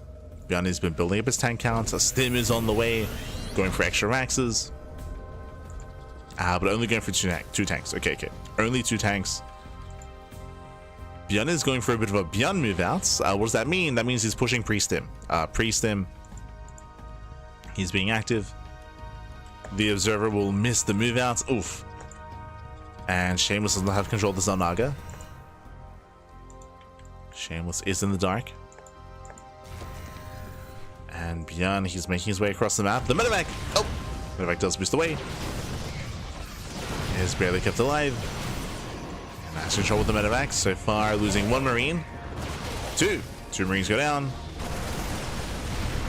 Diving on the tank. It will take some tank shots to the face, though. And 1 tank goes down. But these Stalkers are low. Stalkers are very low. Tank is within range. Stim is still near complete. But Marines, they zone away the Stalkers. Usually Shameless coming in from behind. Yeah, collapses in on the tank. Tank will fall. And ByuN looks like he will not get the expansion. But he will get some probes. 17? No shot, no shot. The Raven pops up as well. The Raven and the Marine harass. 18 probes go down. On the one hand, yes, Shameless, he cleans up all the tanks, but he has been a little bit inattentive to his mineral line. Not like this, Pappy, not like this. 18 probe kills, picks up a couple of Stalkers as well. Highly efficient here. Stim is going to finish up at the end of this push. But so much damage was dealt. This Raven got 8 probes himself. And so far, 25 probe kills in total. That is critical damage. It was already a rough start for Shameless, now even rougher.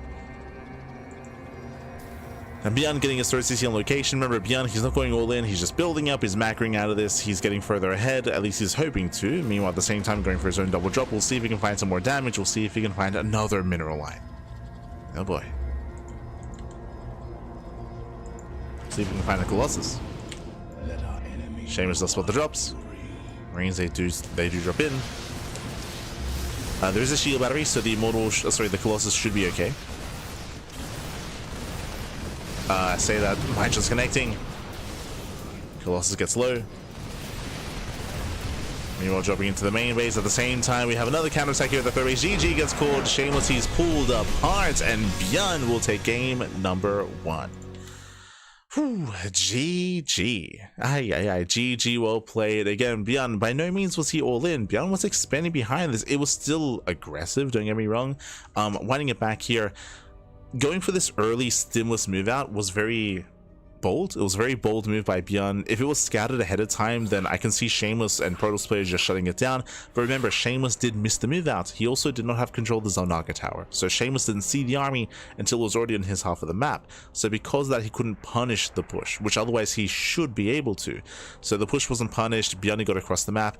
And again, this was an earlier timing, a more unorthodox timing that Shameless wasn't ready for. With that, ByuN was able to just achieve so much damage, getting 18 probes. 18 probe kills. That was insane damage in the bases.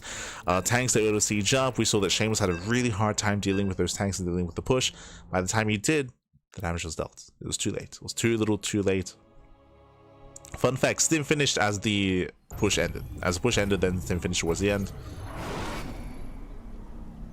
So we're gonna really cheeky, really early timing there by ByuN and catching Shameless with his pants down.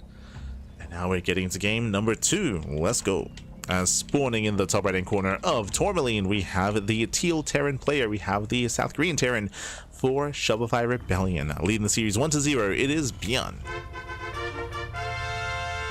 And spawning in the bottom left hand corner, we have his opponent. We have the red Protoss player representing Team Little Fairy down in the series. We'll see if he can bounce back. It is Shameless. Este Shameless.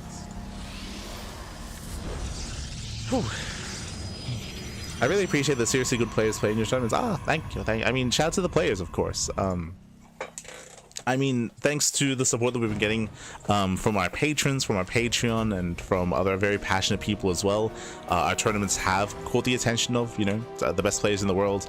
Right, when it comes to the Tuna Cup, for example, Hero's been playing recently, Solar, Classic, ByuN, Showtime. I think the only players that don't play in our tournaments are Max and Clem. Like, we've gotten Showtime, Skilless, Gerald, Cristiano, like all the other big Europeans. But I think Showtime and Clem are the only ones that haven't. Even Kira's played in our tournaments. True. Even Bunny. So yeah, Showtime, Clem, and I think there might be another. Zoun's played. Shin's played. Yeah, it's just Showtime and Clem. Which, to be fair, our tournaments aren't at the best time for them. Right, like Tuna Cup is at like what, like midday? Like, that's too early. Like, they're not gonna wake up at midday to play in the tournament. They're not and this event is also very, and the Turtle Tussle is very late. So yeah, they typically stay away from those. But everyone else, we got everyone else back. Got them all. Yeah. Here we go. Here we go. For the time being, we do have once again double gas opener. We do see ByuN once again going for a faster factory, so it racks into factory into a delayed CC. A very safe build here by ByuN. Meanwhile, Shameless, we'll see how he does try to deviate. What it comes down to, though, as much as I would love to see maybe a shake up in the build, is the unit control. We got to tighten up in the early game. Remember, last game, 2 Reapers, what did they get done? They killed 5 probes. Like, that was already a brutal start. Like, we especially with server advantage. Like, Shameless did have server advantage in game 1 as well, so we can't afford those losses, not that early on. So we gotta tighten up, Pappy. Gotta tighten up.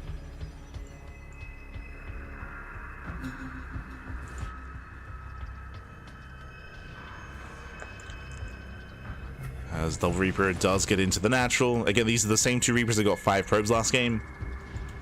They were out of vision. They dive in. They'll get 1. 1 probe goes down. Sentry's in position. And we have the Hellion to reinforce as well. Oh, ByuN was tempted, but does pull away. ByuN backs off, and so far Shameless, he defends. So far, so good. Meanwhile, welcome to Tourmaline. Tourmaline is a smaller map in the map pool, more aggressive map as well, shorter rush distance by ground. ByuN, he ignores the army, he rushes in. Where's the force field? No, late to force field. And with that Reapers, they bust into the main base. They'll get a second probe. That's going to be 2. That's going to be up to 3. Yeah, 3 probes go down. Getting up to 4. Do we get 5 again? No shot. Oh, can he get it? Barely not. So 4 probe kills in total. I mean, that's still very good. What I will say, it was 4 probes, but for an extra Hellion this time. True. As Witherman does bar in. Gets 1 more probe. And with that, Shameless holds. Shameless does hold. In general, this was a better defense than game 1. Not ideal, but better. As this time it cost ByuN an extra Hellion and cost him the Widowmine as well. For 5 probes. So ByuN getting a little bit careless, getting a little bit overly aggressive. Continuing with another drop, only with 1 Widowmine with a handful of Marines. ByuN dropping towards the main.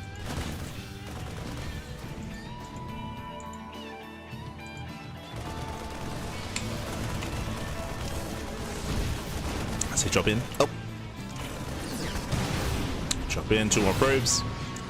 ByuN does pull away. And we do have a very different follow-up this time. Okay, so if you check across the map, we do have our 1-1-1. We have our initial tanks on the way. That's going to be our second tank in production. Now, last game, ByuN, he cut tank production at 2, went for the add-on swap into Stim. We'll see if he does the same. We do have an add-on swap. No tech lab on the starports. Last game, we had the Raven follow-up. But with this kind of setup, we may continue tank production. Hallucination moves in. Yep, we are. Okay, so we are continuing tanks. This time, no Raven harass, no Banshee harass either. The Hallucination does confirm the lack of tech lab, on the starport specifically. Stim is on the way, but this is going to be much more committed here with a heavier tank count.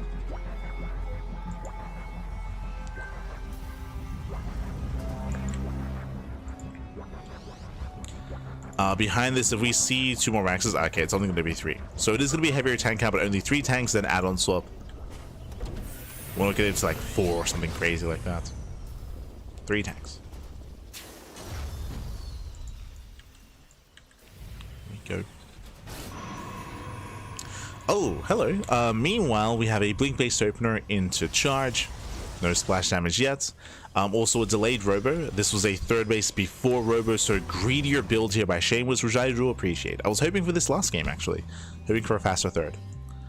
So delayed robo, faster expansion, greedier build. Shameless does have a better economy. But here comes a move out. Here comes the push, bearing in mind that this time there is an additional tank and also additional marauders. Last game there were no marauders with the move out. So this is more tech heavy. Army gets spotted. Shameless pulls away.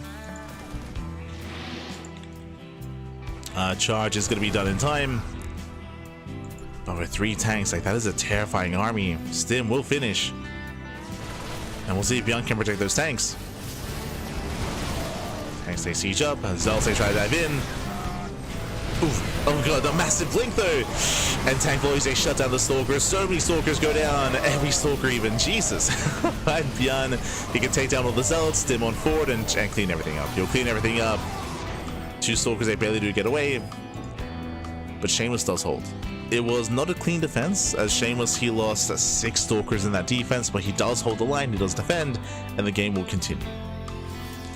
Now, the scary thing about Shameless losing those stalkers is that ideally as a Protoss player, especially in this kind of game state, you want to preserve your stalkers. Your gas and how you spend your gas is so limited and so crucial. You cannot be forced to spend it on more warpins or more stalkers because, hey, we need Colossus, we need the upgrades, +1, we have extended thermal lance, into a 4th base, into Storm ideally, maybe even into a 2nd robo, into a Temple Archives.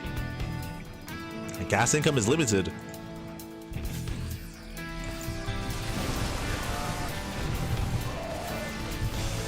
And ByuN's rallying. Yeah, ByuN is just rallying across. He's looking to rally in. Thankfully, the first Colossus has arrived, but ByuN, can he get on top of the Colossus? Can he break through? He's trying. Now being forced to kite back. Oof. Mind shot going off. The Colossus is exposed. One more volley. He gets it. Colossus goes down. Does snipe the Colossus. Crazy blink out of Shameless. Blinking forward. Gets punished. And ByuN is expanding towards the Protoss. Yeah, the aggression is not stopping.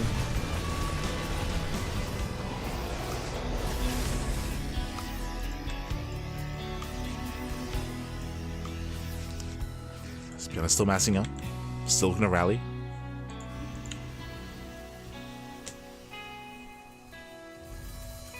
And Shameless, he's down to 2. He's going to be down to 2 Colossus for the next fight. Now, what I will say is that Shameless's economy, for the most part, has been untouched. He's been having some really rough fights, but he has been protecting his 3rd, his natural, and his 4th base economy, his mineral lines. They've been safe for the time being. This has allowed Shameless to be able to afford some of these trades. Some of them. ByuN is going for a split push. He distracts on the right-hand side, drops into the natural. Shameless out of position.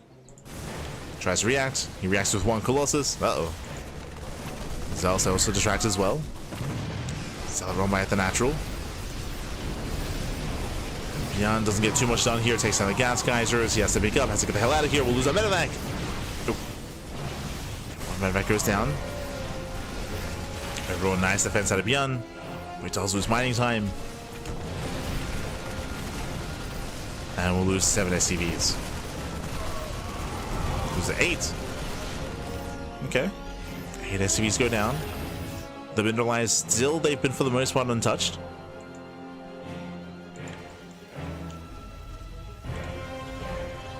Shameless taking more bases. ByuN unable to punish. We're getting into the mid game. It's happening. We got 3 Colossus. Shameless is holding his own.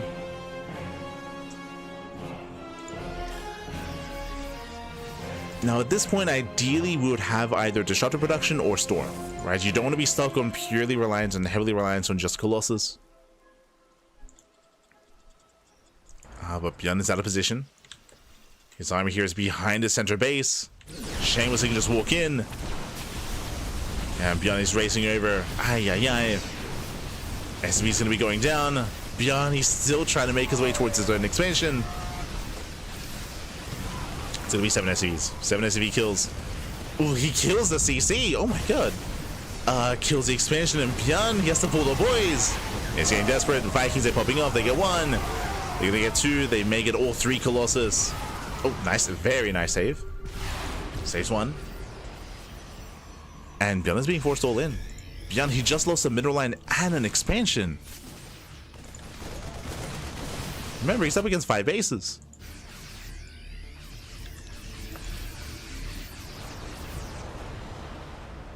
The pressure's on ByuN.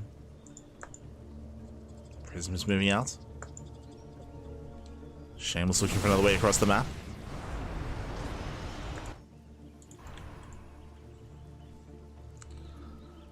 Looking for another way. ByuN is at least going to be able to re-expand with his 4th command center at his 3rd location. And ByuN sims in. ByuN, he sims in. Shameless, it's his turn to be out of position completely. Uh-oh. He'll lose natural. He'll lose natural. From here, we can just go straight into the main. And Shameless, are we base trading his response? We're too far away. Shameless getting a little bit stunned there for a moment. A little bit indecisive. What's the plan? Are we going? Are we staying home? Where are we? What's happening? He now commits to the base trade, but again, he is so late to move out. Yeah, it's a late decision. Late decision here from Shameless. The main base is already falling. At the same time, the random factory does scout the base. And the base trade is now in full underway. It's now in full swing. It's in full swing, but the main base has already fallen. Prism was in the main bases across the map as well. And Shameless, can he pull this off? He's hunting down the CCs. Command centers are being hunted down. Shameless is throwing down pylons, trying to set up, I'm sure, a side defense. I mean, Shameless, he has a lot of bases. True. He has a lot of expansions. And ByuN, he has to evacuate. Nice EMP. Very nice EMP. Gets a Colossus. Oh my god. ByuN, he defensively gets a Colossus. But he will lose everything. And ByuN, he doesn't really have that many buildings out there. He's now floating over. We have the Great Migration. And do we ever see a recall? Bottom right. Bottom right, we could try to recall back home. Okay, let's get depowered. ByuN will kill another expansion. There's still another Nexus here top left, throwing down a wall of shield batteries. Shameless, he has a 1k bank. Gotta spend his money.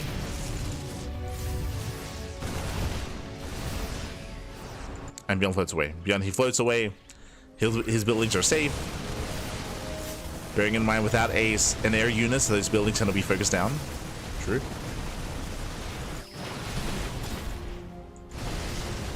Yeah, Shameless, he turns back around. Looking at the army sizes here, Shameless, he has 1 Colossus. He has mainly Zealots. 21 Zealots. And a handful of Stalkers. Against a heavy Marauder composition. He's got 1 Ghost, so EMPs are very limited. Still got a couple of Vikings. CC does burn down, and there are no more command centers, so what you see is what you get. ByuN can no longer macro. But I'm not so sure Shameless can take a fight. Now, if Shameless can fight with all these shield batteries, then maybe. Right? Like, he's got so many shield batteries here. Oh no! Bleeds off a couple of Zealots.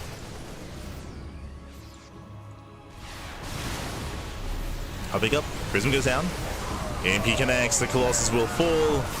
And ByuN, I believe he's done it. He can land the Vikings, surrounds the army, breaks through the Zealots, and GG gets called. ByuN, he will claim the game. He will claim the series 2-0. GG.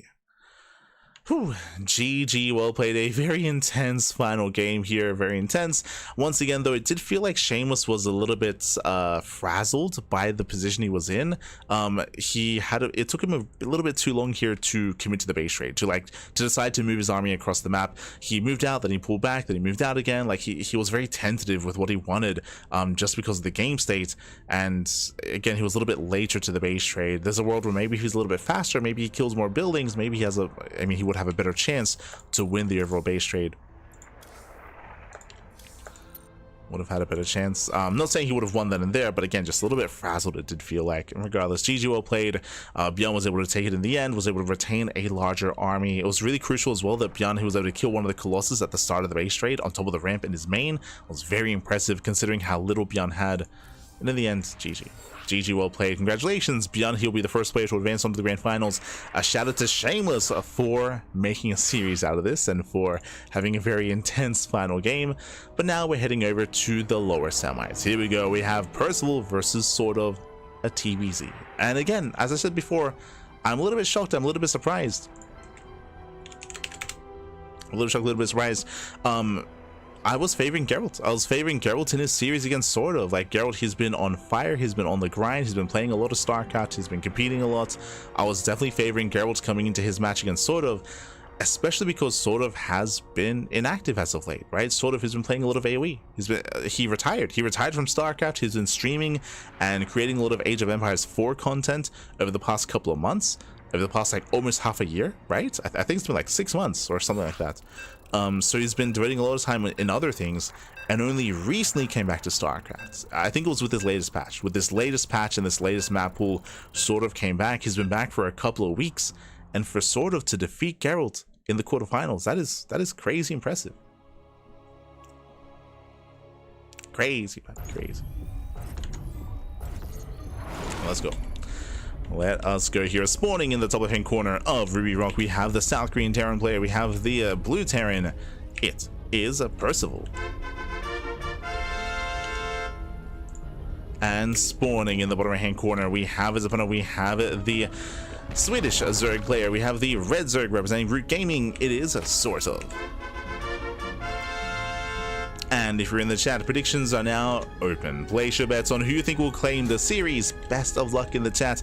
Coming into this, I do favor Percival, but I also favored Gerald. Like, I don't really know what to expect out of SortOf. SortOf has been very, he retired, right? He retired from StarCraft, he stepped away, he only recently stepped back in, you're never really gone, and I don't really know where to place SortOf at the moment. I don't know how to rate him and how to rank him in skill, so this is going to be a big kind of like tell for that. I'm ready to find out how good is SortOf right now. How does he compare to Percival?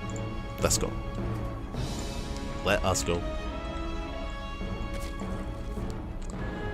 So is how I build all those shield batteries and I'll stay with them. Yeah, unfortunately, when it came to the final fight, despite having, I think it was like 7 or 8 shield batteries, it was a lot. It was a lot of shield batteries. Unfortunately, didn't fight with them. As we mentioned at the time, I think obviously the best chance for him to have won that engagement would have been sticking with his shield batteries, but he was caught out on the map. He was, again, I would say a little bit frazzled. I mentioned before that it did look like he was a little bit like starstruck and a little bit definitely uncomfortable when it came to the beginning of the base trade, and it's possible that, again, nerves get to you. That kind of game state is not common, being in that kind of situation where you're limited on buildings and everything's getting very chaotic. So I'm sure that was a factor when it came to decision making, when it came to making mistakes or getting caught out. Yeah, it happens, man. It happens. Remember, Shameless is a very young player. He's 19. He's 19 years old. I think he turned 19 this year, right? I think. It happens. But here we go. Here we go. We are going to be settling in, and so far, hatch gas pool standard open out of SortOf. Does seem to stand open. Reaper does move out. Nice hold position micro, and SortOf so far he's trying to keep up. The firstling is gonna pull away. And ByuN, can he get a drone? So far he will not. so far we have the back and forth. SortOf, he will preserve his lings. Just barely. Queen zones away, and we do defend. Whew, so far so good. Behind this, Percival going for his third CC. Third CC before starport. We're building up.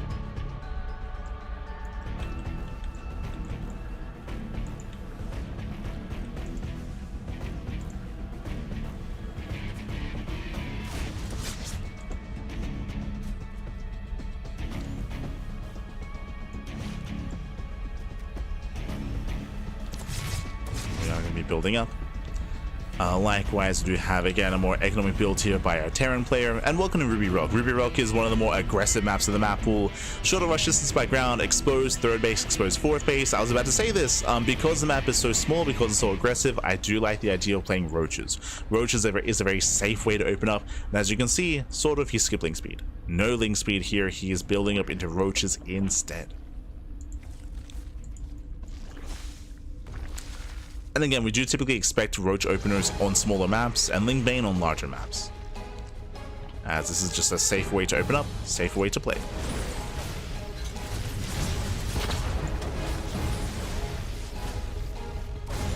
As Percival pokes in, pulls away.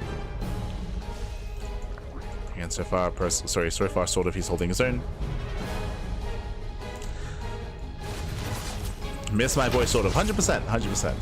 Yeah, I did miss him. If you remember, SortOf, he was one of the, back in the day, he was part of the Team Unity Team House. He was in Korea for a long time. I mean, he's still in Korea, true.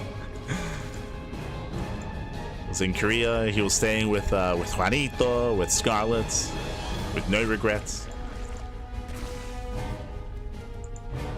Spent so much time in Korea that he's there, from my understanding, he's there to stay.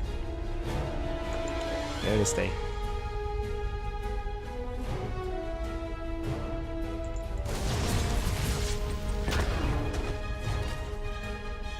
This also means, of course, ping is equal between the two players. Ping is not going to be like a negative factor for anyone involved.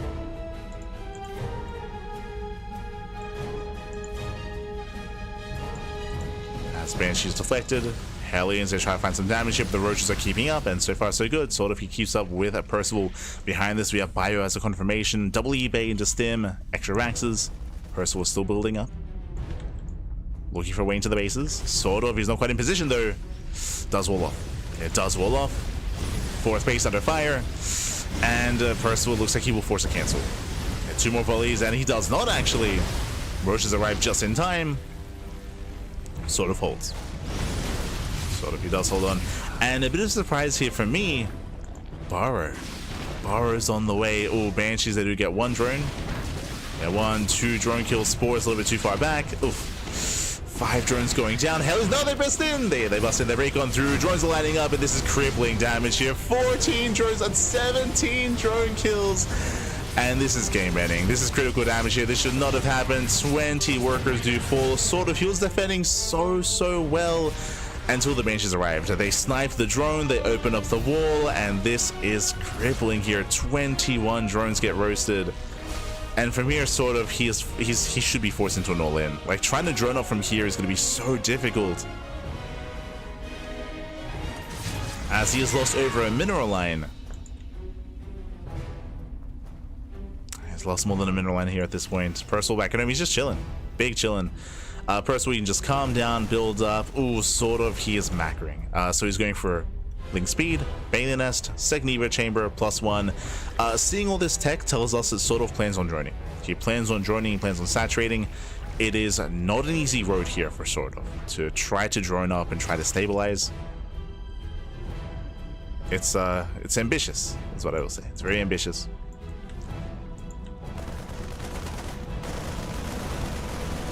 As Percival, he has arrived. SortOf, he's heavily reliant on Percival being passive. If he's too passive, if he's too defensive, then sure, SortOf can pull this off. But Percival, he's in his face. He's in the face, man. Still rattling across. Cleans up the creep. Edging forward. And now rotating back around, heading into drilling claws.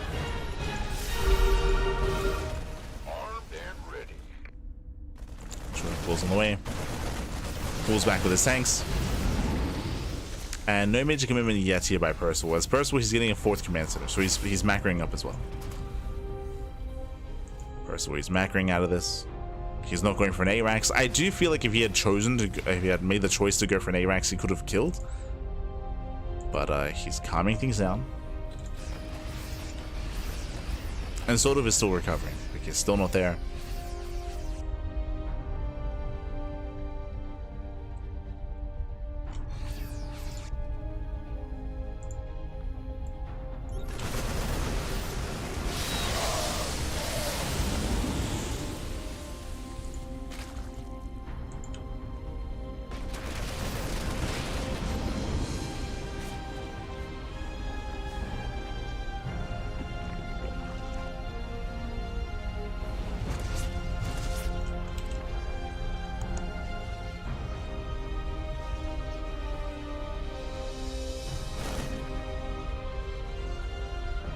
So we go Percival does move out with his main army. He's going to drop towards the south side, the main army towards the top. Bailing speed is done, and we have the first set of Bailings morphing in. And if Percival doesn't split well, then SortOf he can hold.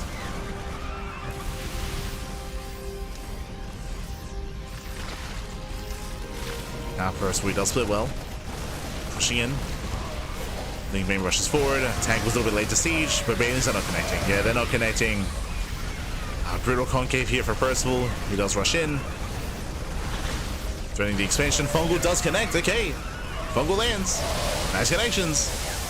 And SortOf is holding on. He's holding on at the same time. SortOf he defends against the drop on the south side as well. Very impressive defense here by SortOf. He holds. He defends both bases.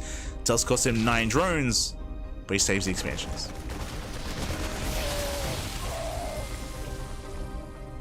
SortOf is holding on behind this. Taking up and rushing in towards Ultra Tech. Ultras are on the way, and can SortOf buy enough time and survive until Ultras. That's going to be the big power spike for SortOf. Until then, he's stuck defending, right? He's stuck at home, stuck defending, trying to weather the storm that is Percival.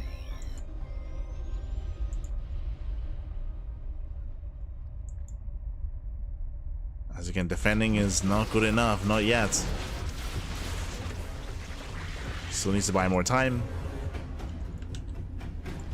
Widowmine's moving in. Oh. Oof. Green does tank some of those Widowmines. SortOf is being pulled apart. At the same time, going for his own lane counterattack with our defenses back at home. And Percival, he defends. Oh.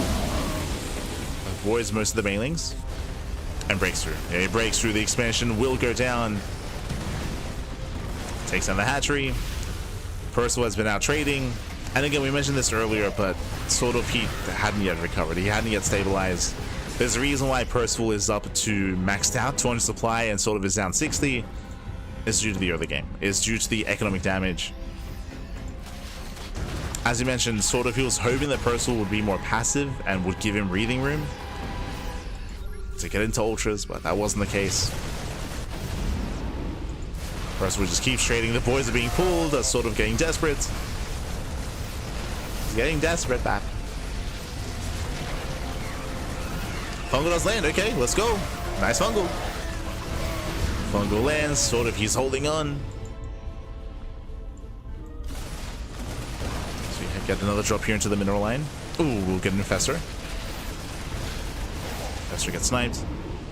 The first ultras on the way. We have 4 more ultras in production. But they're already ghosts. The ghosts have arrived. No.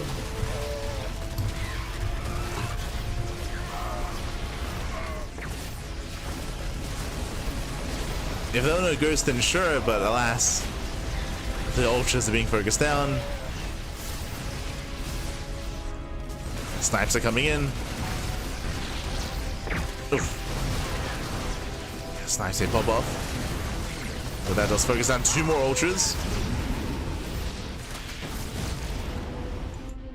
2 more ultras going down. We got 3 ultras left. Here come the reinforcements.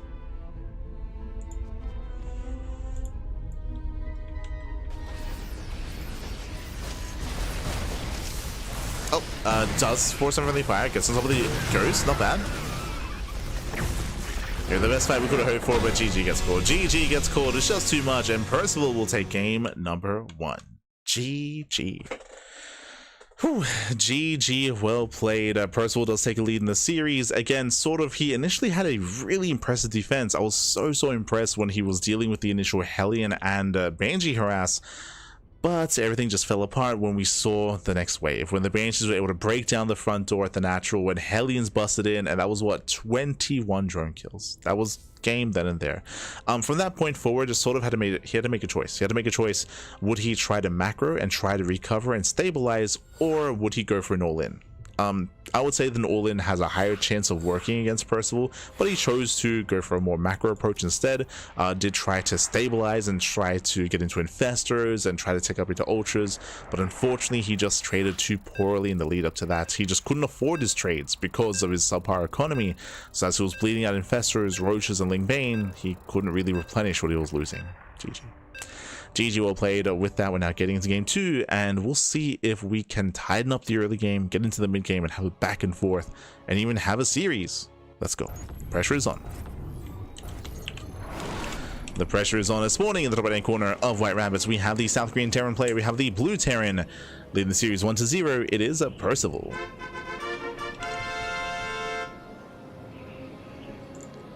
And spawning in the bottom left hand corner, we have the red Zerg player. We have the Swedish Zerg representing Root Gaming. It is SortOf. Here we go.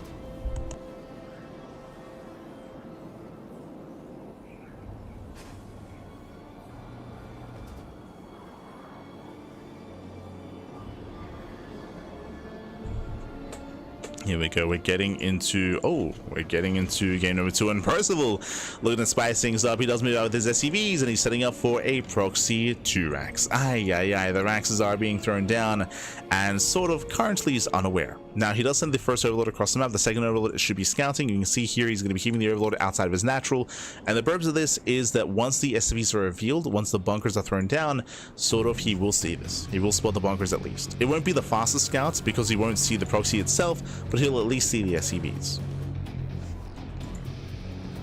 Now remember, it's only 2 SCVs, only 2 Raxes. This is not too committed. It does mean that Percival can deviate and can pivot away from this.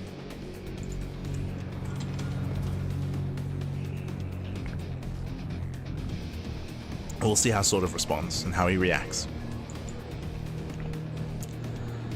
As SortOf, you have to save your natural and you have to minimize losses. You cannot lose too many drones. If you lose too many, I mean, that'll be game. So very intense position.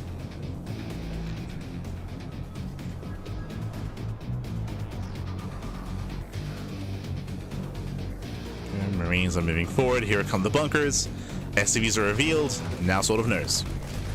First bunker gets thrown down. The boy's being pulled. He has to try to zone away the Marine, then get on top of the bunker.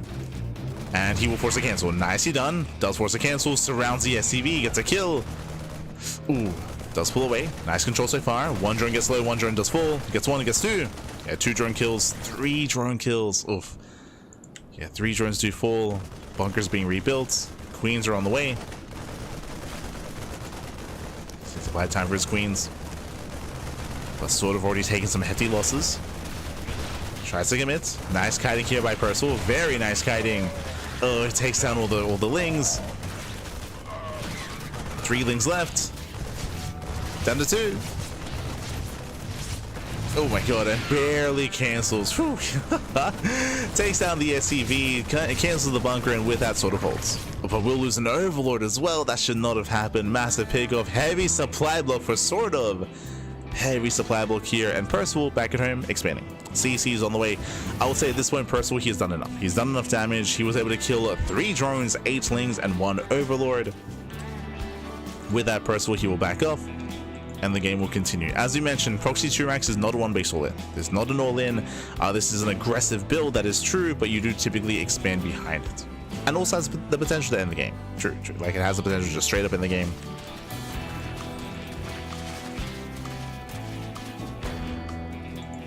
From here, Percival floating back home.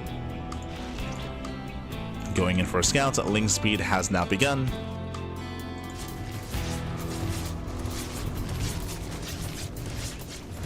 game will continue. Now from here, I would give the edge to Percival. He was able to deal quite a bit of damage. And we'll see if SortOf can keep up with the follow-up with the Hellion Harass.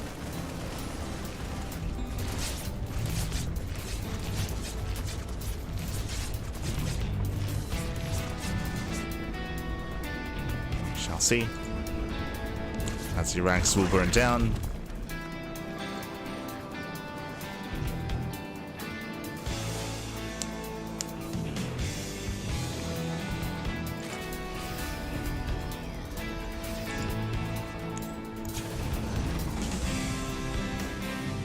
Oh, and I assumed it was just going to be Hellion harassment. No, we're going for a Marine job alongside Hellions, alongside Liberator as well, into a 3rd CC. So Percival is building up into the mid game, but he's going to still be hyper aggressive here early on. Does have a almost tri-pronged attack. Let's go. Liberator is rallied, but initially we do have the Hellions and drop. He's going to be zoned away. It's going to be a lair first here by SortOf. So I'm going to play first. Drop into the main base, going for the Overlord. Picks off a 2nd Overlord. And scouts the lair. And Kai Smack trades well against the Zerglings. Oh, now going for the Queen. And at the same time, Hellions, they bust in, and this is getting out of hand. It's getting out of hand. Matthew, 6 drone kills, 6 drones go down to the natural. Meanwhile, we do get another Overlord, 2 Overlords and a Queen. 2 Overlords and a Queen in the main base, and Percival was just gaining so much value here. So much value early on. SortOf, we're going to make a choice. We're getting into Ling Bane. No roaches this time.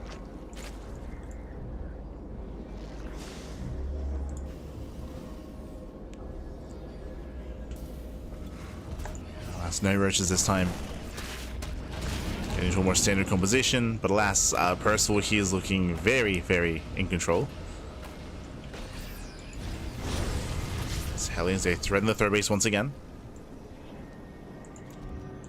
Liberator into the main base. As he does reposition.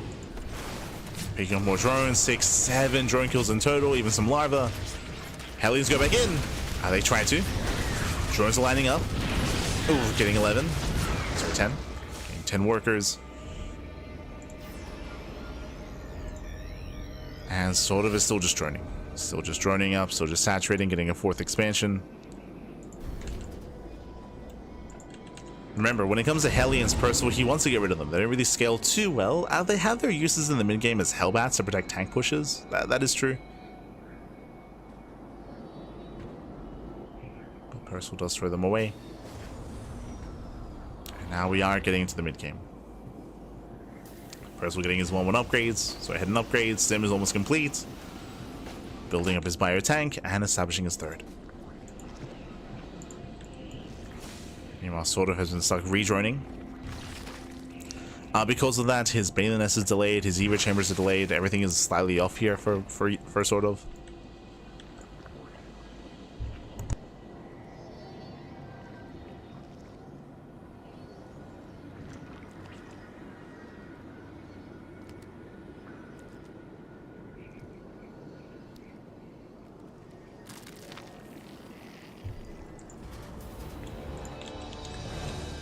And we'll see if he can keep up with the drop play. So here we go. Yeah, Percival with a drop on the right. We have the main push on the left. Again, Percival, he's just not stopping when it comes to the aggression. He's not slowing down. And again, this is not meant to kill, it's just meant to trade well. Oh, he gets in. He gets into the middle line. 6, 7, 8 drones going down. 11. Gets on the... Oh my god, no splits. Yeah, no splits. He will take a main into the face, and SortOf, he will defend on the left-hand side. He defends quite well, takes down the tank, but he will still lose 11 workers. So a bit of a give and take.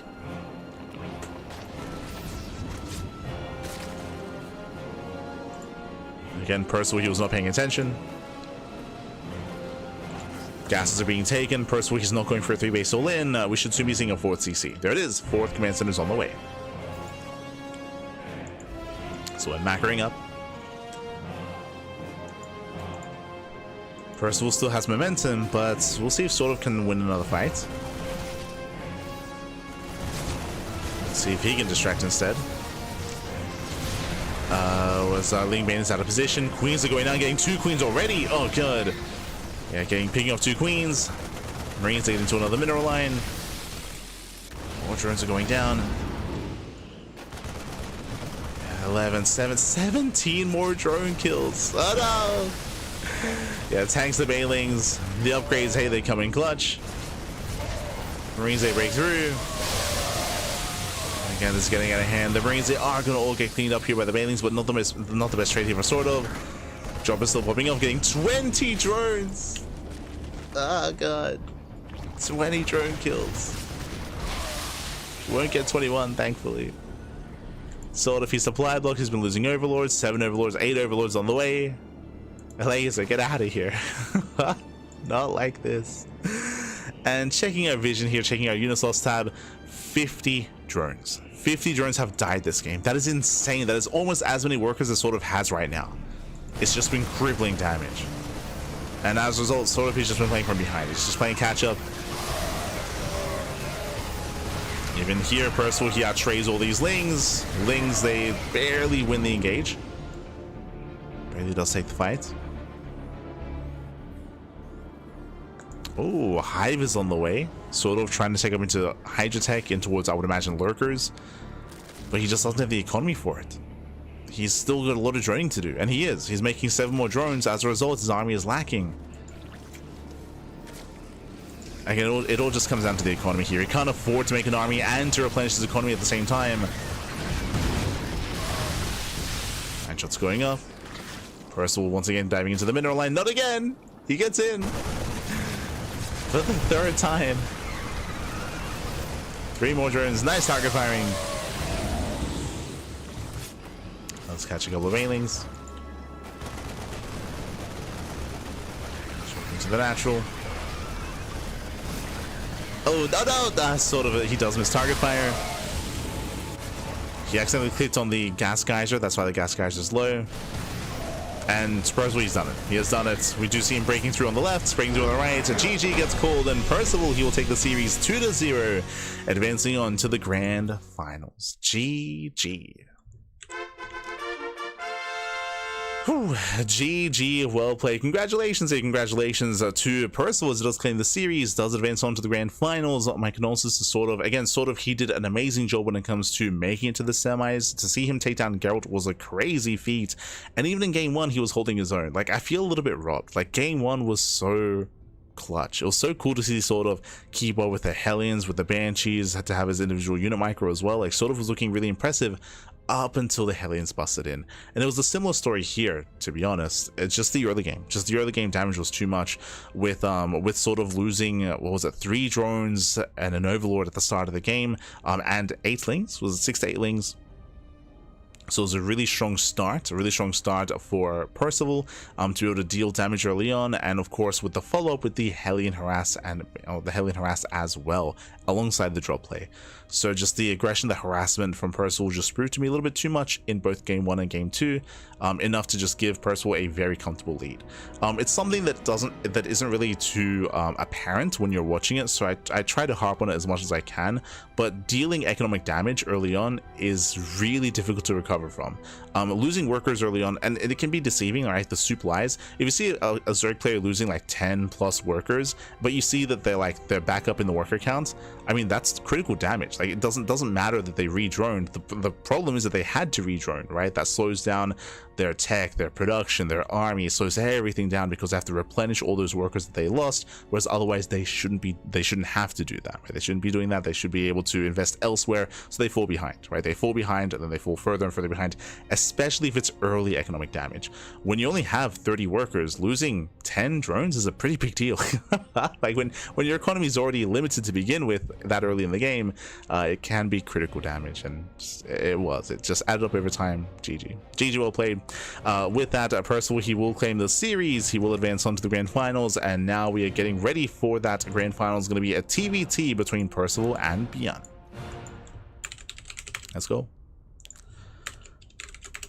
Let us go.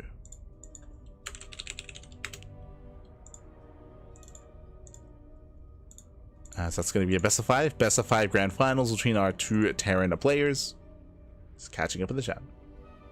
Sort of was fun to have at RSL as a guest, an expert as well. Yeah. I mean, when we were casting RSL, it was very fun hearing sort of like, it was really good just because he was able to provide the casters a lot of insight that they otherwise wouldn't have. A lot of insight, a lot of analysis. I think more often than not, whenever he spoke, we were like, no, yeah, we're just like echoing what sort of would say. Like, it's like there's not as much to add. So I do think he was quite valuable to them for RSL. They just need a Terran player. I think SortOf did a lot when it came to Zerg gameplay. I think Gemini was good for them when it came to Protoss.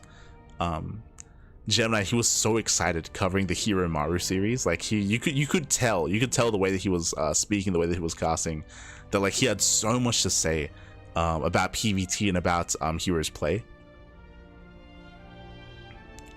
So it was really cool that they had SortOf, they had Gemini, but they were lacking like a Terran expert that they could like call upon. So that's the one thing that they missed. Oh, they gotta get Ziggy on, true. Get Ziggy on, Pappy. He knows, Pappy, he knows.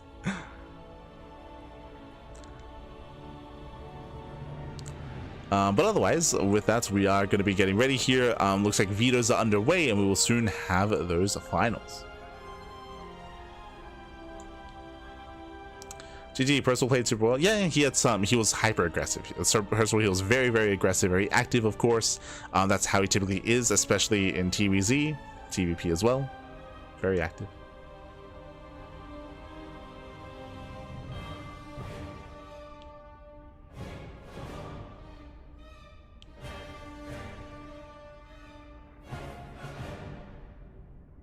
I see more of SortOf again. Yeah, for sure, for sure. I hope that SortOf he isn't dissuaded from competing again. I hope he's enjoying his time laddering. One thing, I hope he's enjoying his time returning to StarCraft, and I hope to see more of him. Hope to see more of him in the future. SortOf. Hope to see more.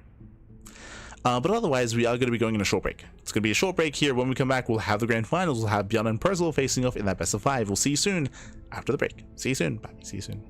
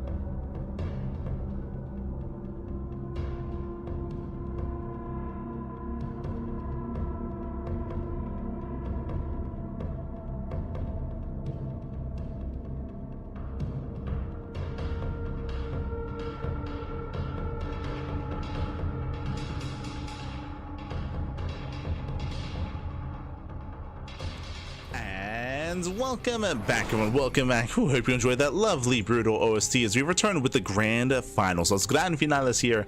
It's been an intense night of StarCraft, and we have our top 2 players. We have our TVT, and spawning in the top left-hand corner of Winter Madness, we have the South Korean Terran player. We have the Red Terran representing Shopify. It is ByuN. And spawning in the bottom right hand corner, we have his opponents. We have the other South Korean Terran player. We have the Blue Terran. It is Percival. And if you're in the chat, you know what time it is. It is Gamba time. Predictions are open. Place your bets on who you believe will claim the series. Best of luck in the chat. Let's go. Let us go. Now, when it comes to this match, when it comes to this series, ByuN is going to be coming in as the favorite player. I will say that Percival, he has been improving his TVT. I would say for a long time, TVT was his worst matchup, with TVP being his best matchup. But because Percival has been so active and he's been playing in so many tournaments, his TVT naturally has been improving. Again, especially amongst the Koreans, there's just, I mean, the Korean scene at the moment is dominated by Terran. There's a lot of Terran representation with Ryung, with Gumiho, with Maru, with with Percival, with Cure, with Bunny. There's just a lot of Korean Terran right now, and because that playing in so many Korean tournaments, you have to, over time you just naturally get good at TVT. You're just forced to practice it, forced to get more experience with it, and Percival's TVT has been slowly improving over the course of the past 12 months. Over the past 12 months, it has been getting better and better. To the point where we have seen him take maps. We have seen him take maps and even take a series off of ByuN in the past as well. But he's got to bring his A game. He's got to bring his best to the table. Let's go.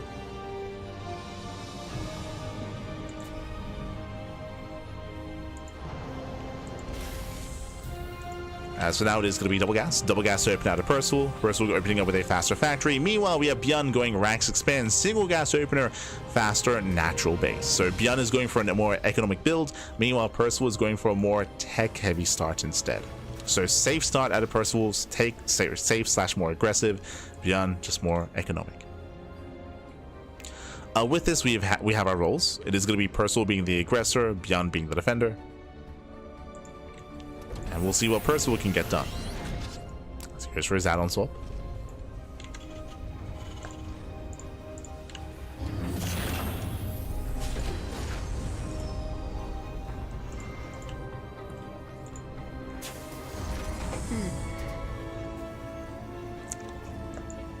And Tussle go for the swap, going into reactored Hellions. You know, ByuN, he's just chilling back at home. Again, limited vision, limited scouting. You don't want to lose your Reapers early, so we keep them at home. Both players are.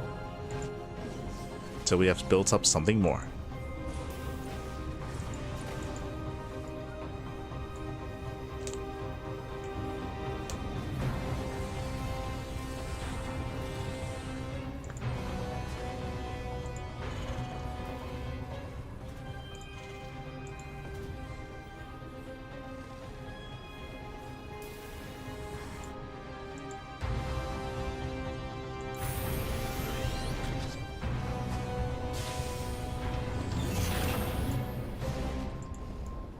So far we just have a much more passive start. Now when it comes to Korean TVT, the openers may be more passive, but we do typically expect to see hyper aggression in the mid game, specifically when it comes to taking a third. When it comes to trying to expand and take a third base, that's when we should be getting in each other's faces. I say that we are loading into Winter Madness. This is a very large map, and if we were to slow things down and get into a longer macro game, it would be on Winter Madness. For now, do you have our Hellion drop? Hellion drop making his way into the main. ByuN does have his first Cyclone. And ByuN, he does react. So that's it, lock-on, nice pick up, breaks the lock-on. Yeah, Percival busts into the mineral line, SCVs are going to get roasted, and so far that's going to be 3-4 dead workers. Gets one more volley, getting up to 6, getting up to 7. 7 SCVs go down. Oh, but the lock-on will get the medevac low. Doesn't get away. Nice pick up there by ByuN, but he will still lose 7 workers. Now we have a bit of a give and take here. Remember, the opener of ByuN was more economic, so ByuN, he naturally had a higher SCV count. Not anymore. What was meant to be a more economic opener, which was meant to give him a boost economically, no longer. No longer, as 7 SCVs go down, and Percival, he makes up for his more tech-heavy start. With that, Percival, he rushed into a third CC, so Percival takes the lead. He's got the better economy, has the better tech. Percival, he's up in Ravens. And Percival, he should be able to defend, should be able to hold on.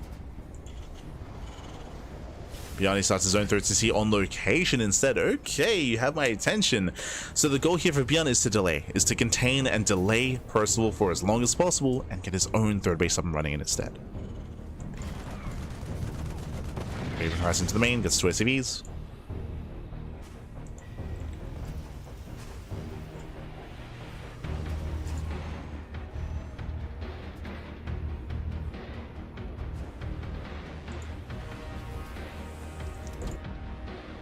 Let's get a couple of workers.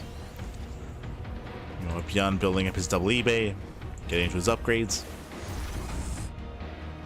First, where he does sneak out. But again, for now, we're just staying back at home. We're calming down until we can expand.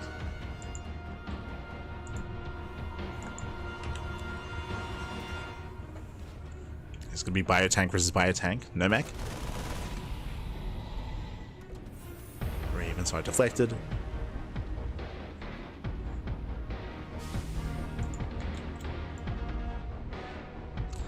And ByuN, he's in position to scout, but he's not really in position to delay. There's only 2 Cyclones. Like, he doesn't really have a standing army here. But he's at least aware that Percival, he's aware of when he would expand.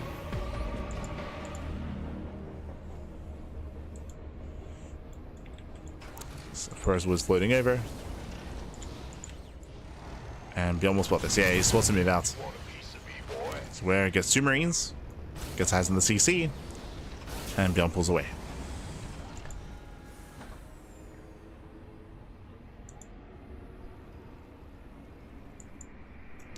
And it's building back up. We have a sensor tower, and we're slowing things down. Never mind. I assumed that ByuN was going to be more active when it came to trying to delay the 3rd base, but he only had vision there. Couldn't really stop it.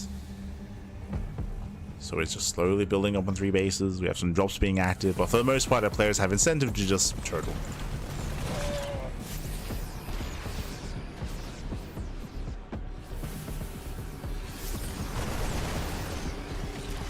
We're gonna be in for a long one, Pat.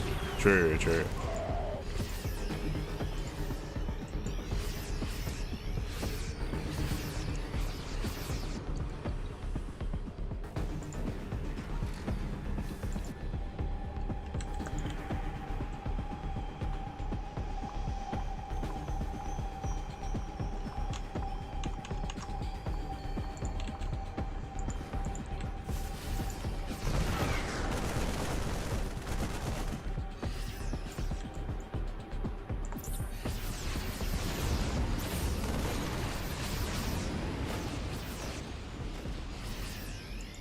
So far, lock-ons are being broken. Just have a bit of a trade or a bit of a back and forth. Both players just building up equivalent armies here. We do have Viking production underway for Percival already. True, so he's already reacting at his Vikings. A lot of TVT comes down to anti-air. It comes down to air control specifically. The reasoning for this is, of course, tanks, they shoot farther they can see. You shoot farther. So having air control does assist with that. Instead of just being forced to scan non-stop.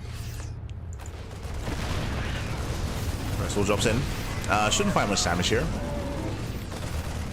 ByuN's holding on. ByuN going for his own counterattacks. So is Percival. Oh, committing with his tanks, actually. His tanks are pushing. Very committed here from the blue Terran. ByuN, he's out of position, and he may be forced to cancel. Greedy move here by ByuN, getting a CC on location. Percival stims in, he wants the tank, and he wants the CC. And tank goes down, should force a cancel.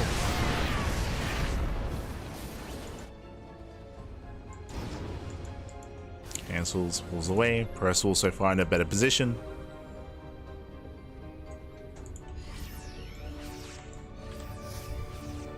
Assuming he was, getting his own 4th. And 4th is floating over. ByuN, can he pounce on those tanks? Ah, not quite. Percival unloads in time. Does siege, does expand.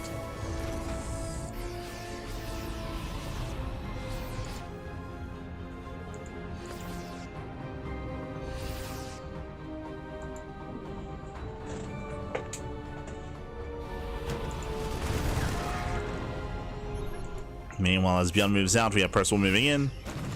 Percival does get a free tank. He gets 2. Oh, no shot. Gets 1, going for the other. Bailey will not get it. ByuN holds. And ByuN is distracted.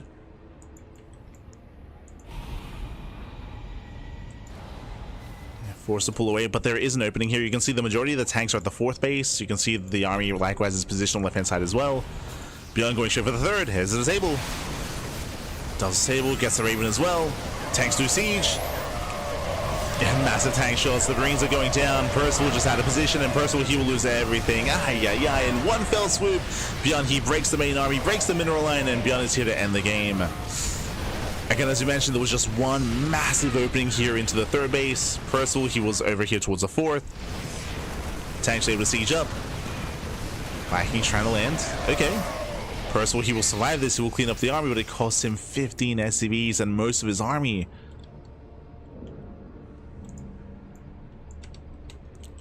Yeah, brutal losses for Percival. Percival, he's down to 2 tanks, down to 20 Marines, he's down in Marines, down in tanks, and down in STVs, down in every aspect. And that's TVT. Sometimes one good fight can just win you the game. Tanks lead to siege, okay? Ah, but they do siege. Okay, they still siege in time. Again, up until that moment, Percival, he was doing well. He was doing well for himself. But you can be down in supply, you can be down in army, but hey, if you can siege up first, if you can catch up in that position, I mean, that's what matters most. As you can see here. Yeah, massive tank shots. Marines, they try to break through.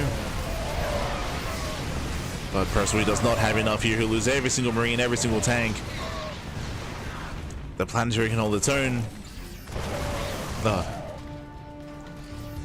Dragging the army into more tanks.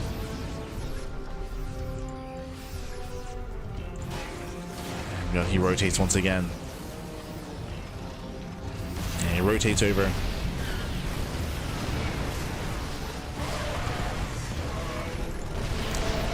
Denies the third base, starving Percival out.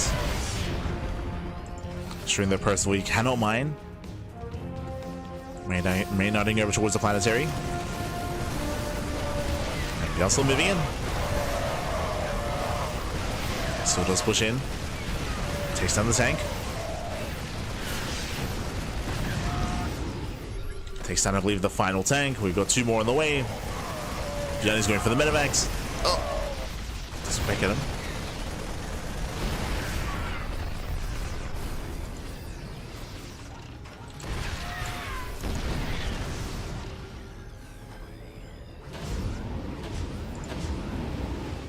And on one hand, yes, there are some comeback mechanics in TVT, but not against this kind of deficit. Like,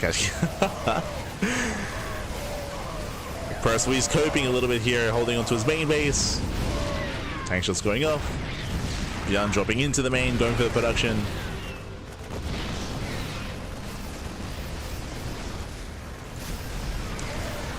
Percival again fighting his heart out. Picking up 2 more tanks, doing whatever he can. With the Hubble Liberators as well. I mean, Percival, he's going to be able to hold on a little bit longer. Chasing out the army. But there we go. GG gets called. It is still too much, and ByuN will take game number 1. GG.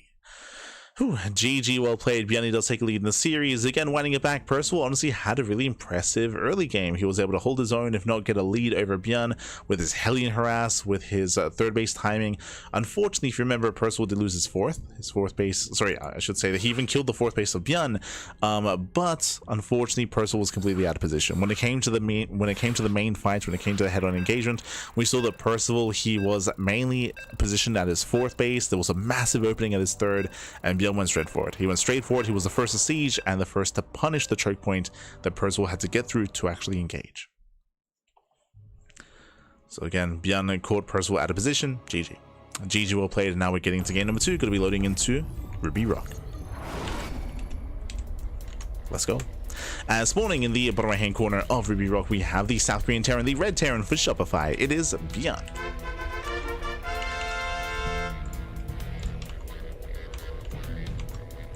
And spawning in the top left hand corner, we have the other South Korean Terran player, the Blue Terran. It is Percival. Go. As again, very impressive play by ByuN to be able to recover from a really rough position. ByuN was able to get his 3rd base on location and, of course, build up his tank count, build up his bio. It wasn't just the outpositioning of his opponent, but the Ravens as well. He was able to disable the first tank, able to disable the opponent's Raven as well, so there were no counter disables. And in one fell swoop, ByuN was able to take it then and there without one fight at the 3rd. The game still kept going for a little bit longer after that, but for the most part, that was the deciding factor of that game. And we'll see if Percival can tighten up and keep up with the movements of ByuN. That's the scary thing about TVT. As I mentioned before, you can be down in supply, you can be down in upgrades even as well, but if you can outposition your opponents, you can still win the game. You can still take better fights.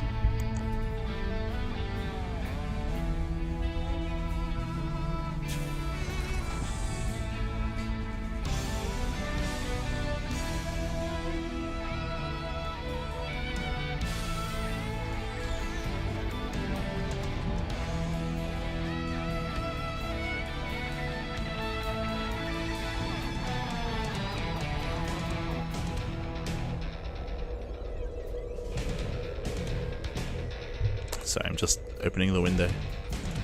It's very hot today. Again, we're encroaching summer. If not, I think we already hit summer, right? Am I crazy? Hold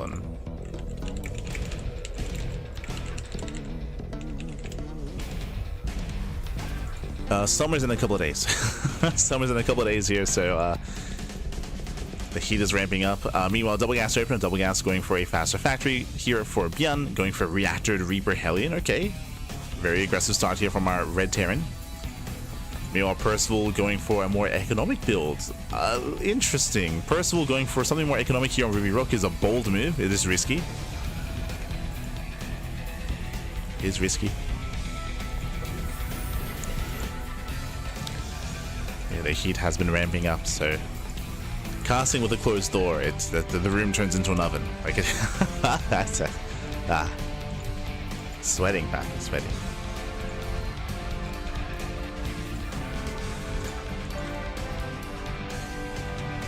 Don't forget to hydrate. Look after yourselves. Look after yourselves.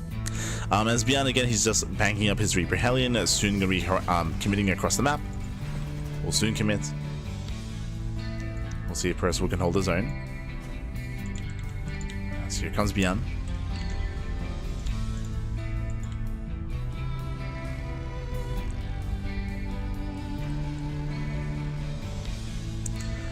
With this, ideally, ByuN, he does want to try to catch out the initial Hellions, get into the mineral line, and he will deny mining at least. Mining is denied. Nice concave here by ByuN. Yeah, getting some splash damage, and he will take down the Hellions. Hellions are falling. One Hellion left. Every Hellion goes down, and better engaged by ByuN, and he will kill all these SCVs. Ay, ay, ay. Unfortunately, there's no cyclone behind this. Boys are being pulled in, losing up to 5 SCVs. Six SCV kills here, 6 SCVs alongside the Reaper Hellion as well. Percival, he won't have enough to counterattack, and ByuN can walk away. He does pull back. So better start here by ByuN. Even though ByuN had a later expansion, he does cripple the economy of Percival. So ByuN, he makes up for that. Oh, and he's not done. Jesus, he's not done. Nowhere close. He's still moving out. He's rallying. He's going for like a quote-unquote borderline all-in. He's going for another tank, another Viking. He can just rally. He can just rally across the map and try to end the game. Okay, he does keep his Hellions back to repair. And he'll have a reinforcing tank to defend. Meanwhile, there's nothing. There's nothing here. There's a Raven. There's a single Raven. Hellions get into the mineral line. The workers are somewhat lining up, and now they pull away. Workers pull away. Tank will defend. At the same time, tank gets across the map, focus down the auto turrets, and there's nothing here. There's soon going to be 1 tank defensively. 2 Marines are on the way. But once again, ByuN denies mining at the natural. And ByuN is rallying. ByuN, he turns everything back around. He's dealt with the Hellions. Rallying across. Nice target firing on the tank. 1 more tank shot. Gets a tank. Tank goes down. And Percival, he has been broken. He has been broken. Again, just hyper-aggressive build here by ByuN. And Percival is being greedy on Ruby Rock of all maps. GG gets called, and ByuN takes a 2-0 lead. GG. A much more decisive game here by ByuN, but again, I'm a little bit shocked that Percival decided to go for a Rax Expand, specifically on Ruby Rock. We spoke about this, but Ruby Rock is one of the more, if not the most aggressive map in the map pool, very short rush distance by ground, so to go for an economic build on a small map, it's crazy. it was a bold move. It was a really bold move there from Percival. He did not get away with it. In the end, he was punished. It made more sense for ByuN to open up economically on White's on Winter Madness, but for Percival to do it here on Ruby Rock, he was punished. GG, well played. In the end, ByuN did snowball out of control. Unfortunately, Percival, he wasn't going for like a Cyclone follow-up. He was going to more Hellion, so he had a much more fragile army as well. And GG, well played. We're now getting into game number 3. Potentially the final game of the series. I'm hoping we get a back and forth. I mean, again, game 1 was solid. Like, again, I can see a world where Percival wins game 1. If he was able to scout the army movement of ByuN, if Percival relocates and repositions and defends his 3rd, different story. Maybe even Percival wins that game. Like, again, Percival, he was doing well in game 1, but last he was punished early here in game 2, and now we're getting into game number 3. And spawning in the bottom left-hand corner of the Old Republic, we have the South Korean Terran player. We have the Red Terran for Shopify. It is ByuN. and spawning. In the top right hand corner, we have the South Korea, the other South Korean Terran player. We have the blue Terran down in the series. He has to fight back here and now to make a series out of this. It is a Percival. Got to bring it back here and now. And welcome to the Old Republic. This is a much larger map in the map pool, a much larger map, and likewise does have a longer rush distance by ground as well. So if we did want to open up economically, this is a map where it makes sense. It does make sense to go for a faster CC, and looks like both players are. Single gas out of Percival, single gas out of ByuN. Both players going for economic starts, both players going for slower starts. Okay. So slowing things down here in game 3.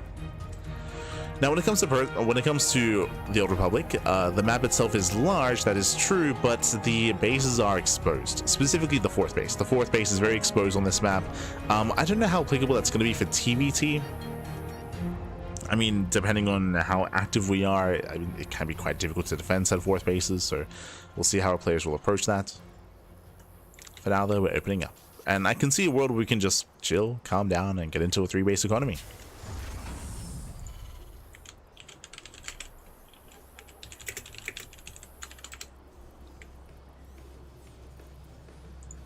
We go.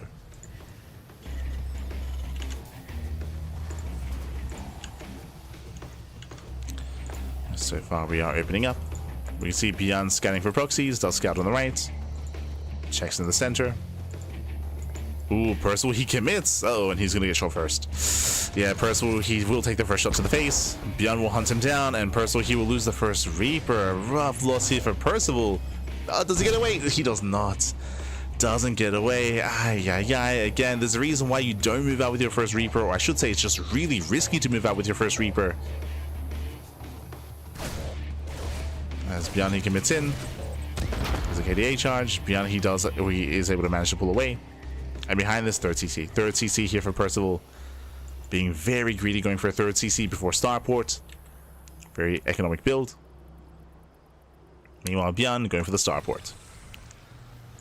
So it's going to be on ByuN to recognize how greedy Percival is being and punishing him. Ah, he gets in. Yeah, he gets into the main base. He sees the command center. He confirms. It confirms the CC. He even delays it. Kills the building worker. And the Reaper is going to go down, but this was well worth it for ByuN. He scouts everything he needs to. And now he has to make a choice. Does he throw down his own third, or does he commit into a 2-base all-in? Does he try to punish, or does he try to meet him in that greed? This is where ByuN throws down a second starport. For now. Getting ready for our drop play. ByuN will soon move out with his Cyclones. And he may just react with the third CC on location, just like game 1.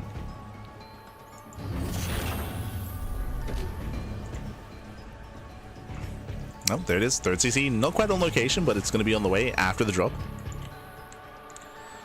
So ByuN is moving out. Again, he knows that there's pressure on him to find some damage.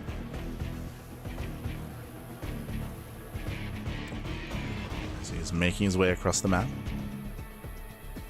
Does boost. Ooh, does get caught though. Yeah, very nice lock on here. The Metamac will fall. Massive pickup. Solid read here by Percival. Very nice read, and it looks like Percival, he will come out on top of this fight as well. And ByuN has to pull out. So Percival, he knows he got scattered, so he was in position to deny a drop. Percival, he read ByuN like a book. And so far, Percival, he's on the road to his third.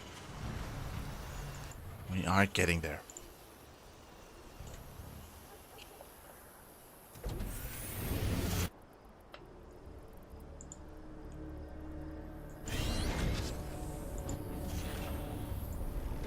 As here comes the third expansion. ByuN, his own CC is just not finishing. The orbital is already done for Percival. It's already done.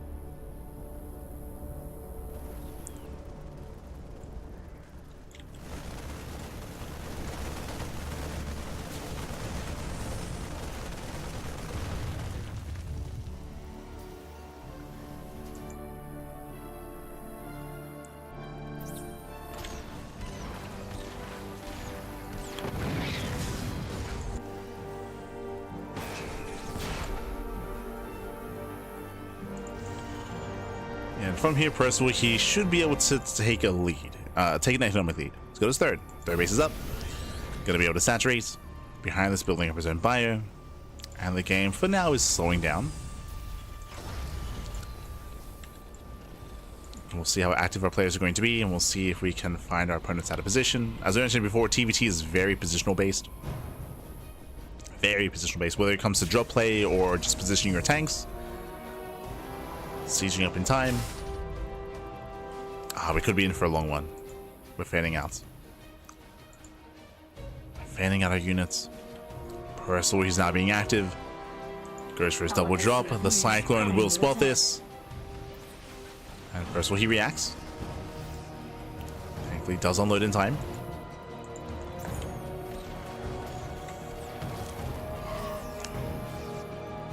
Percival unloads.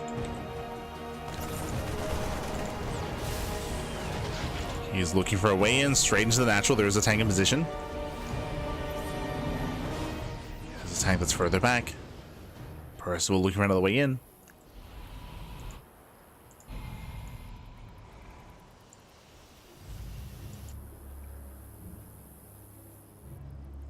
Another way.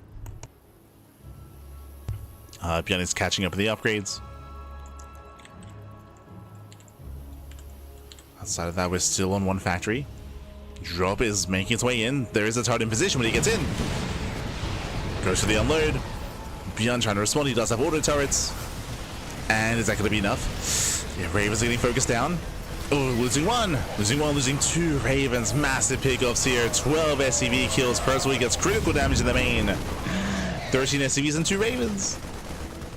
He's not done. He's not done. Dropping in over towards the third base. Tank is exposed. And this might just be too much here. Losing a tank, losing more workers. Missile dart goes off. Final Raven goes down. 0 Ravens left. Never got to disable. Never got disabled, dropping back in, and ByuN is just pulled apart. He's just being pulled apart here. Again, it was just a rough start for ByuN. He's playing with a worse economy, and with that, Percival, he just overwhelms, takes out every SCV here. 34 SCV kills. And we're looking to make a series out of this. We're looking to make a series. It's not going to be 3-0. Percival with the better starts. ByuN, he was just unable to keep up. He was heavily reliant on his Ravens. He'd lose everything. And Percival has a very comfortable lead. He's on 4 bases. He's on 72 workers. Up by 30 SCVs. Crazy. Oh no. Oh no. As ByuN, he does get... Okay, they spot each other. 2 spot each other. ByuN unloads in time. ByuN will take the fight.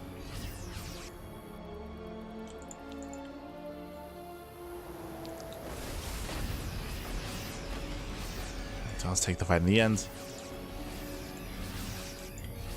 ByuN again, he's desperate for damage. He's desperate. And there is a world where ByuN can recover. We mentioned this previously here. In TVT, you can be down 10, 20, 30 army supply and you can still win a fight. Depending on the angle, depending on the attack itself. Here comes Percival's move out. Can ByuN deal with this? So ByuN, he's down in tanks, but he does have more Marines. There's a world where he can maybe get on top of the tanks and catch them on siege. Speaking of, ByuN is the first siege up. Massive tank shots. The tank boys go off.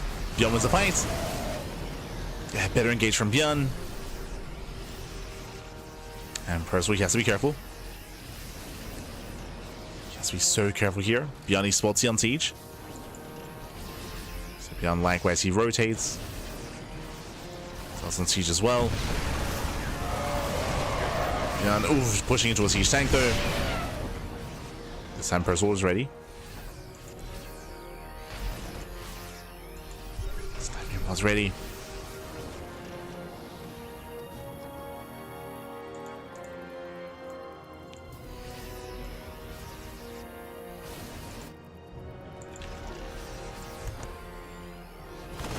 And numbers-wise, ByuN shouldn't be able to keep up. I do appreciate that Percival was going for a split push. He's going for a split move out. ByuN is aware he's trying to keep up. He will leave his tanks alone. Percival scans, he sees the army. There's the Unsiege. ByuN has a larger marine count though. ByuN, he can take this. Yeah, he steams on in. He starts us forward, takes down the first tank, gets one, and does get the other as well. Very nice cleanup. Even catches some medevacs. Takes down 2 medevacs. The tanks, they do hold the line. Percival throwing away a lot of supply there. And ByuN, he wants to clean up. He's going to be able to. No shot. Takes down both tanks. And Percival, he's had some very rough fights here, overextending at times, misjudging some engagements. Again, Percival, he had less Marines here. That's why that was a better fight for ByuN. He had less Marines. He was caught unsieged. Likewise, he ran into pre-siege tanks before that. And ByuN, he was, and he still is behind, by the way. He was far behind previously. But ByuN has just been trading so well. And he's just going to get 2 more tanks, or at least 1. He gets 1 more tank for free. Chasing down the medevacs. Percival throwing away too much.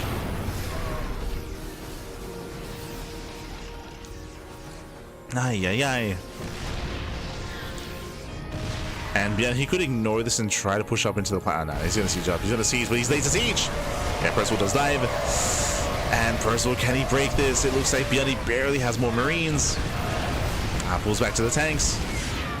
And Percival holds. Percival, he's holding on. These 2 tanks did so much in the back line. Percival holds, he survives, but that lead that he once had, it's not as large as it once was. Percival now up, what, 4 SCVs. The army is lacking. Percival does have a bit of upgrades, at least currently, but plus 3 attacks away from ByuN. It's on the way.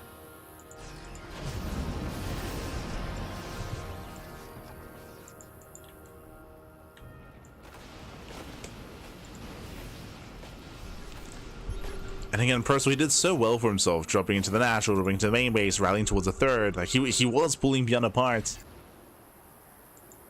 He was. But the comeback is real. ByuN is stabilized at this point. He's stabilized. We can see Percival going into Mass Raven. Oh, okay. Bold move. Switching into Mass Raven style. As he's making more behind this. He's got 4, now getting into 8 Ravens. Vikings are on the way as well. No, the tanks! No! He gets 1. Does he get a tank? Oh, gets punished. Does get punished. Marines are coming from behind. A nice pick off there from Percival. But ByuN is maxed. ByuN is maxed out. Now, ByuN has a very cheap army. It's tank Marine. Just purely tank Marine here. It's very mobile, true. But the Raven count here that we're building up, technically Percival, he's building up a more efficient composition. He has 8, soon to be even more Ravens. So 8 Ravens, now getting some more Vikings.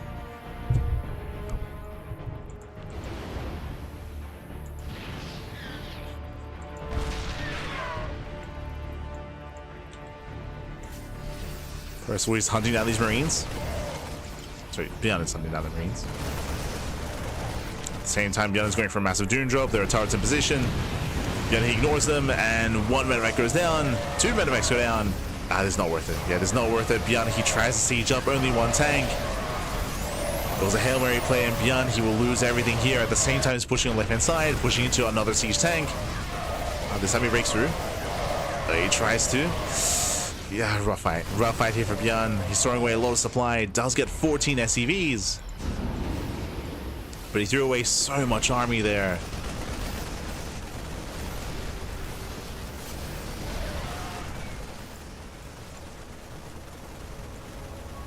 He threw away a lot of his army. He does plummet it army supply-wise at least. So it cleans up. And more importantly, Percival, he's retaining this Raven count. He's making more. He's got 2 more Ravens on the way, getting up to 12. 12 Ravens.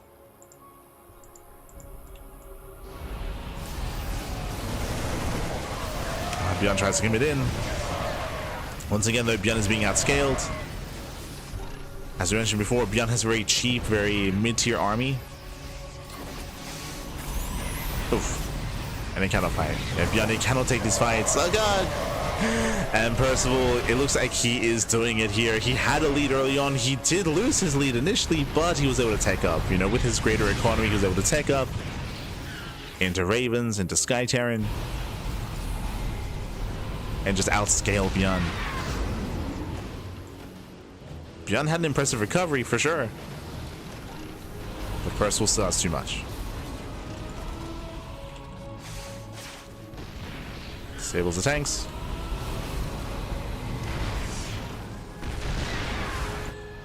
ByuN attempting us around, but he gets spotted.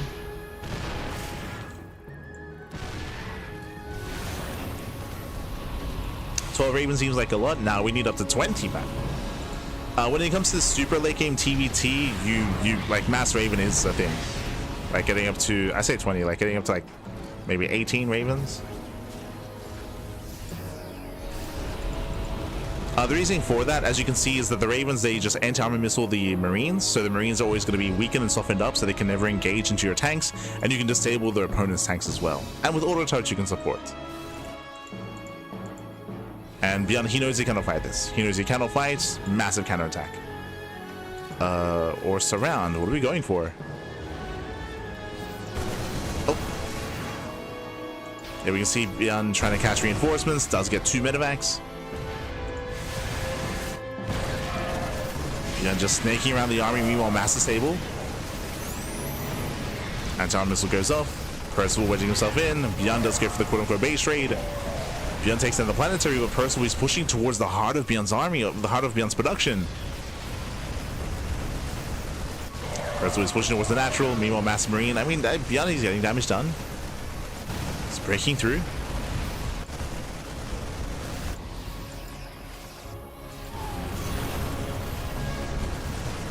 It does break through. Does take down another CC. And Percival, he's not turning around. Another anti-armor missile. Oh, ByuN, he cannot fight. Has to back up, has to respect the army.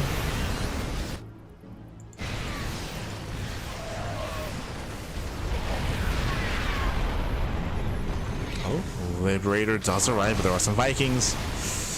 Liberator's doing what it can, gets disabled. ByuN finding more CCs. He's heavily overstimmed, but kills another expansion.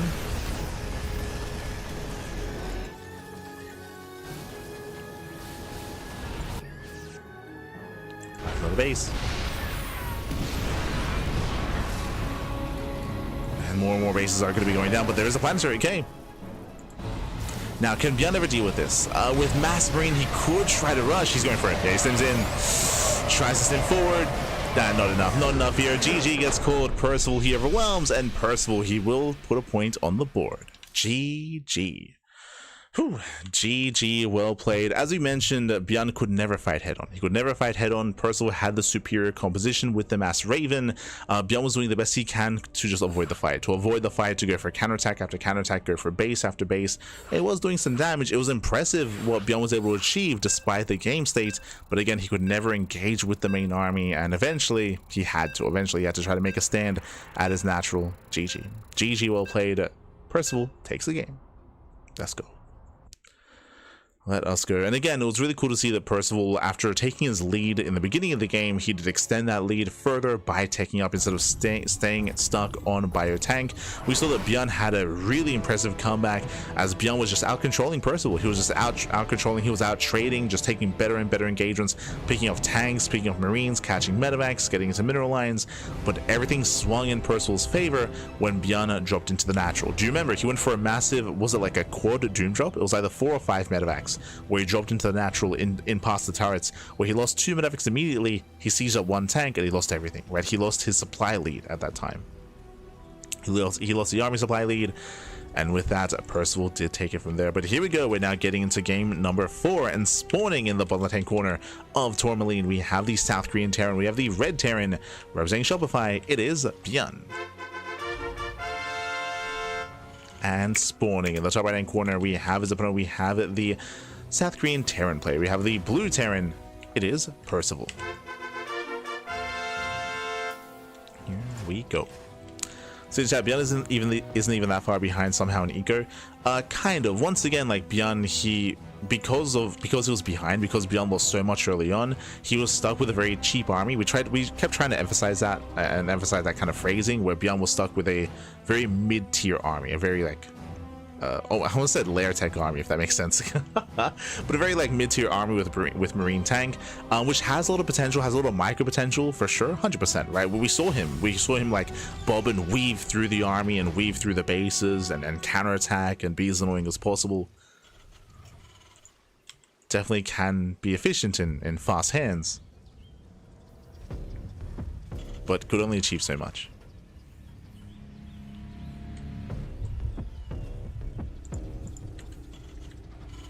Here we go. Here we go.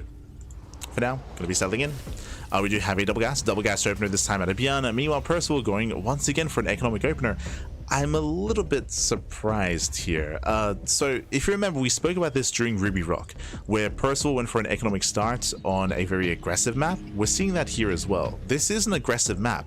Tourmaline, it can be very difficult to defend your natural and defend your third base. You are very vulnerable to aggression.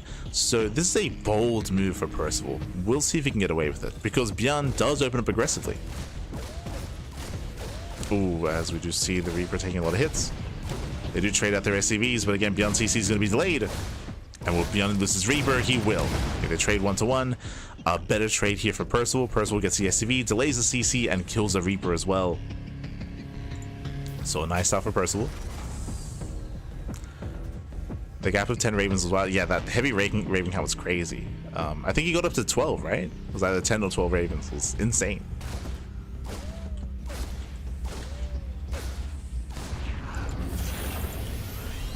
But again, late game TBT is all about Sky Terran. About that Sky Mech army.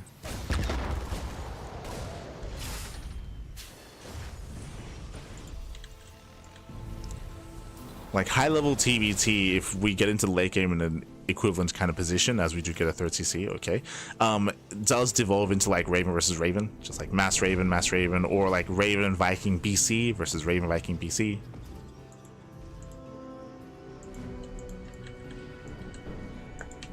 We've been there.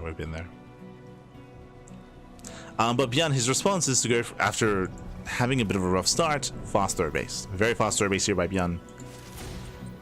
Hoping to recover.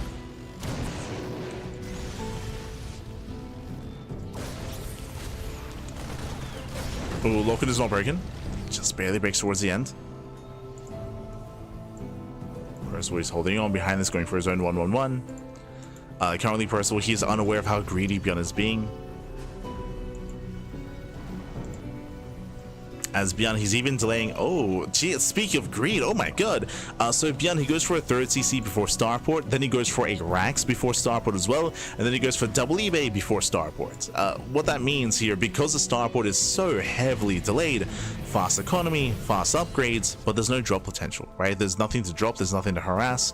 For the most part, ByuN is going to be turtling up back at home, and he has no counterattack potential, no aggressive potential. He's poking with Cyclones, that's all he can really do.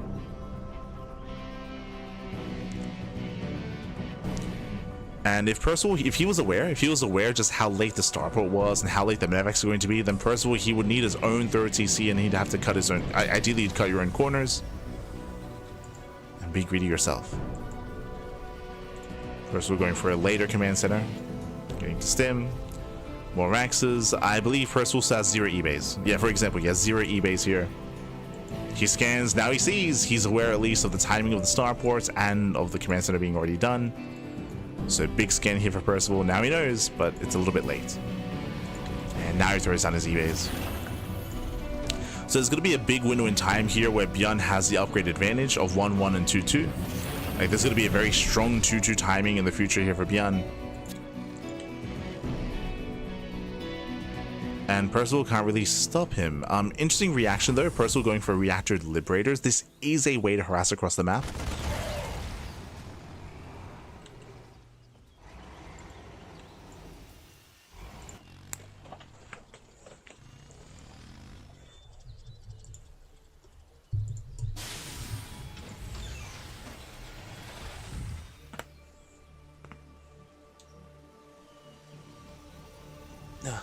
Don't forget to stretch. Don't forget to stretch.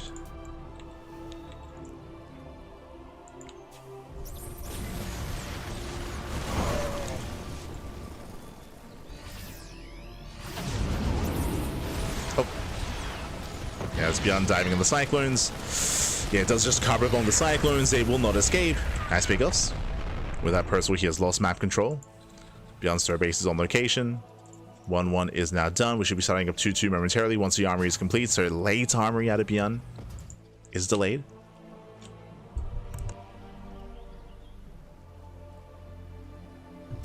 And this will help Percival. It's just giving him more time. ByuN, thank God. Sees the army in position, he backs up. So ByuN pulls away at the same time. Here come the double liberators. To the natural and the main. ByuN, he cleans up the first lib. Going for the second. Where's 2-2? ByuN, he has the gas for it. He turns everything back around. Yeah, a bit of an F2. ByuN turns everything around. There we go. 2-2 now begins. But this is delayed. So delay. There was a bit of a delay here with 2-2. It's still faster. There's still a timing, but the timing is not as crisp anymore for ByuN.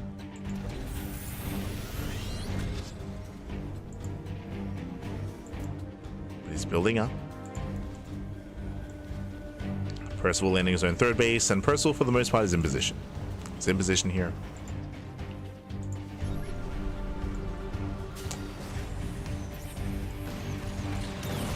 ByuN confirms the third base has been taken.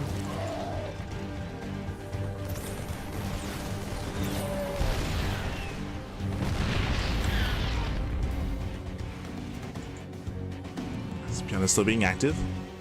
Again, ByuN has map control. Let's control the map. Second factory for additional tanks. And ideally, ByuN wants to wait for 2-2, but again, he has to wait even longer than normal. Percival looking very secure. He's turtling up. Sensor tower, tank line, CC.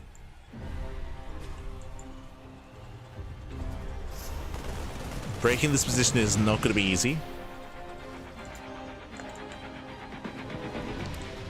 But I'm sure ByuN is satisfied with just containing. You can see that ByuN already has a supply lead. What's the reason for that? Faster third base, and now faster fourth as well. Like, ByuN just has a superior economy, has more efficient mining. Oh, ByuN, let's be careful. Pulls away, +2 is almost done. ByuN's still a couple of seconds away from 2-2. Almost there. But again, I don't think he needs to push into this. Like, I don't think he has to try to break Percival. Just deny the fourth.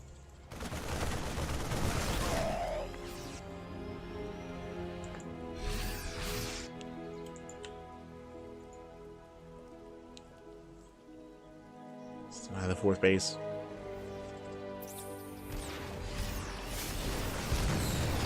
Percival going back into Liberators. ByuN was going to be the first to max out. 2-2 is now done.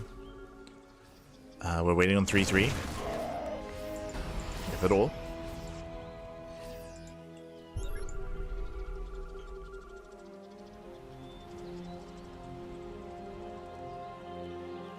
There we go, 3-3 is on the way. Did Percival forget +2? No shot. No, he forgot +2. +2 attack. He's pulling a ByuN. Not like this. ByuN doesn't find a way in. So far, Percival is holding his own, and I hope he finds out soon that he's missing an upgrade here. There we go. Whew, he starts up +2, but again, very delayed.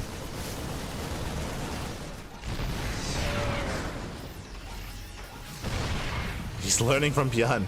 Ah, no. Infamously, ByuN, he's known for forgetting, I want to say specifically +3 attack, right? Infamously.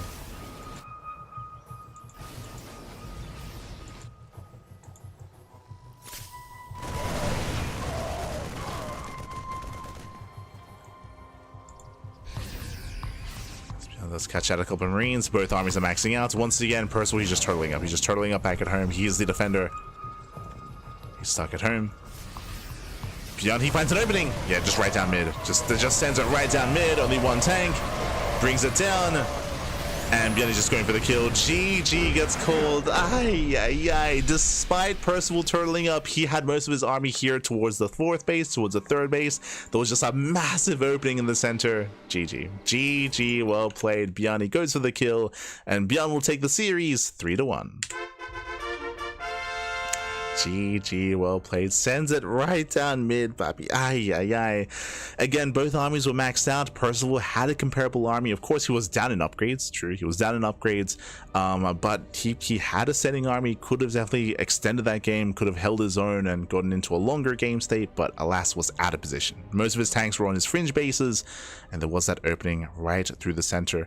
We spoke about this earlier, but this is one of the reasons why Tourmaline is a very aggressive map. It is similar to Ruby Rock. But if you noticed, this is a unique feature on Tourmaline. I kind of wish I was still in the game itself, but there is a direct path from natural to natural on Tourmaline where there's no ramp. There's no ramp, there's no high ground, there's no site blockers, you can just walk straight from your natural to your opponent's natural, just one direct path. And that's a rare sight. That's not often seen. Usually there's high ground, usually there's ramps, usually there's some kind of defensive like natural terrain that helps you.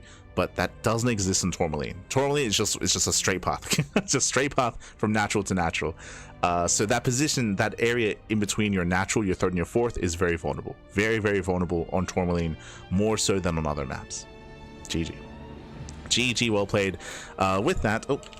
With that, congratulations here to ByuN, as ByuN will claim the series. Shout out to Percival, as he did make a series out of it. He was able to hold his own, and I'll be honest, I can see a world where Percival is able to take it to the ace match. I'm still thinking about game 1. Like game 1, Percival was playing so well. Percival, he was playing so well in game 1. He had a nice position, a nice lead, and then ByuN clawed his way back in. He clawed his way back into game 1 and was able to bring it home in the end and take it from there. My heart goes out to Percival, but again, he played his heart out. He played well for himself, making it to the finals, and even in the series itself did play well against ByuN. Again, I can see it going further when it comes to the series, but regardless, GG. GG, well played. Congratulations, ByuN. He came in as the favorite player, and he does claim the tournament, does claim the series. Congratulations. Congratulations here.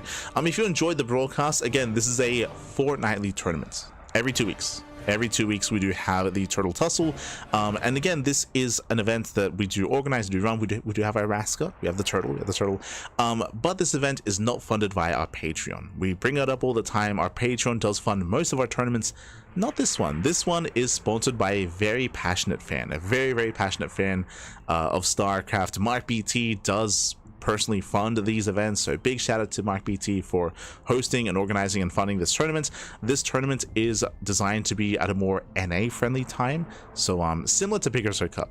Similar, it starts earlier, it starts a little bit earlier than Picasso Cup, but it's meant to be more friendly towards the Americas and towards the Americas itself, you know, Canada, the US of A, Latin America as well.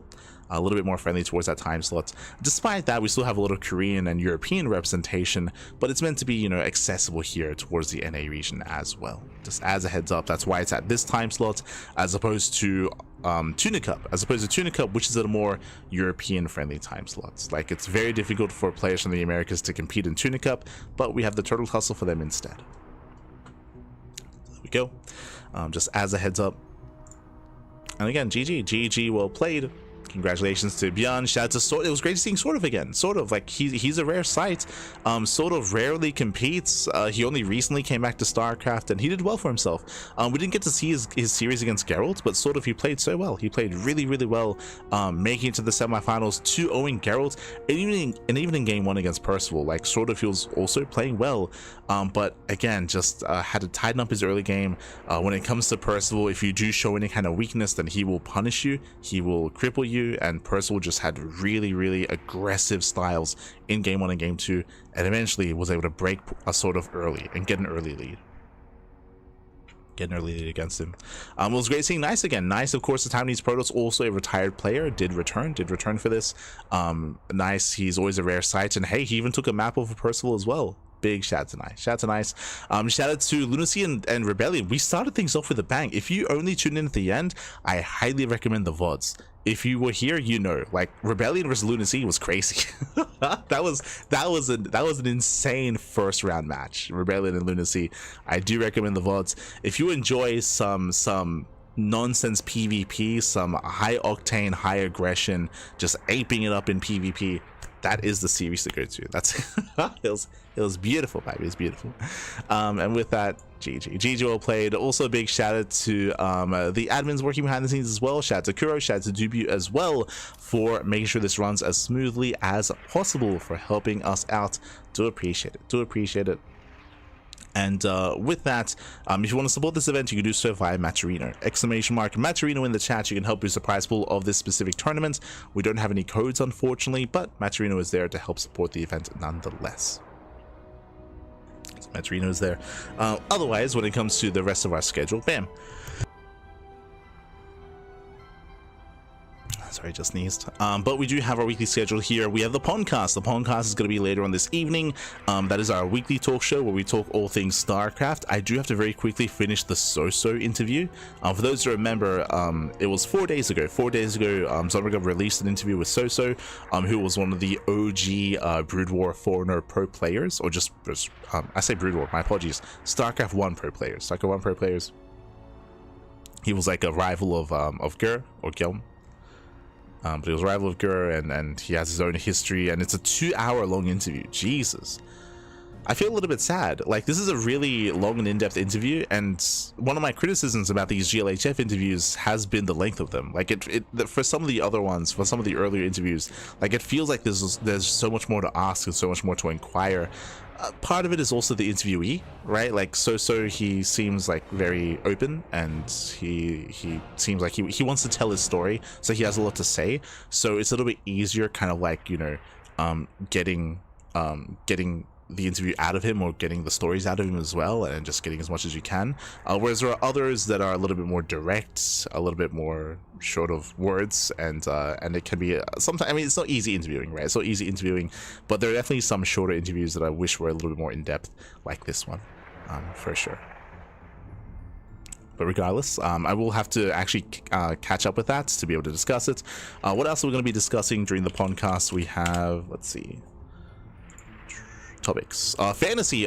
True. Fantasy got married a couple of days ago. Fantasy, I remember I was checking Instagram, and I follow a lot of the Koreans, and they were all posting their stories at a wedding, and I was like, wait, what's going on? It was like Creator, I think Armani as well, and some of the others. I was like sifting through, and it was like, oh, Fantasy got married a couple of days ago. So big shout out to Fantasy to get married. We had the esports award that Tenacious achieved. Koga's a Bappy, true, and of course tournament results as well, with SC Evo, with all the Open Cups, OSC. Again, we talk all things StarCraft. So if you maybe haven't heard of it, we've been running the podcast for years at this point, every single week. You know, SC2 talk show, or SC2, I say talk show, nowadays it's more of like a wrap-up show. We just talk all things StarCraft that occurred this week, so tournament results and any news and adjacent news as well. I do recommend checking out our last week's podcast. We did discuss pretty in depth the miniatures game that's coming out, talking about the miniatures game, the rule sets that they've released. They had a big 2-hour AMA, and there was a lot of content in that AMA, and I also discussed like some of my concerns regarding it as well. For those who don't know, I think as a bit of a teaser, and again, I do recommend listening to the podcast, and if you're interested in miniatures games and war games in general. But I was expressing some concerns and just some just to be careful when it comes to getting into it initially, just because they announced that they're going to be releasing their starter sets, and they're going to be releasing a couple units initially at launch, and you can of course play the game at launch, and you can construct your army, and there's like a supply cap with how much your army can be, right? Like say 200 supply cap. I think they use a point system, but like think of it in your mind as like 200 supply. And the problem that I found is that if you wanted to play with your friends and play like a 200 supply game, you would have to buy a bunch of like base units that they release at the start of release. And the problem is that their release set is every 2 months. So in 2 months time, they're going to release like the Hydra. 2 months after that, they're going to be releasing the Viper. 2 months after that, they release like the Fire Bat or the Hellbat, for example. And it means that if you spend too much money too early on, you're going to be stuck with a bunch of like useless, or a bunch of like a bunch of units, a bunch of models that don't really serve any purpose. So you have to be careful with how you approach it, and it means that you're going to be punished if you do want to play maxed out armies at the start. I do advise, if you're going to get into the miniatures game, to wait like a couple of months, if not a year. Like, it might be wise to just wait a year, wait for more models and more units to be released before like committing to like constructing a proper army. Otherwise you're going to be stuck with a bunch of units that you're not going to use in the long run, like because you buy too much to make an army, and then they release like more units over time that you want to replace them with. So there's a lot to get into. Again, it was really in depth. There was like a 2-hour AMA, and there was a lot of discussions to be had. So definitely a lot to get into there, but yeah, do check it out. Do consider checking it out. Again, the podcast over on YouTube, !socials in the chat. Check us out over on YouTube. We are live every single day, multiple times a day. As you can see, we have a really intense schedule, really intense. So you can check it out there. Another good cup. Yes. Ah, este DB. Big shout out, big shout out. See you in 7 hours. True.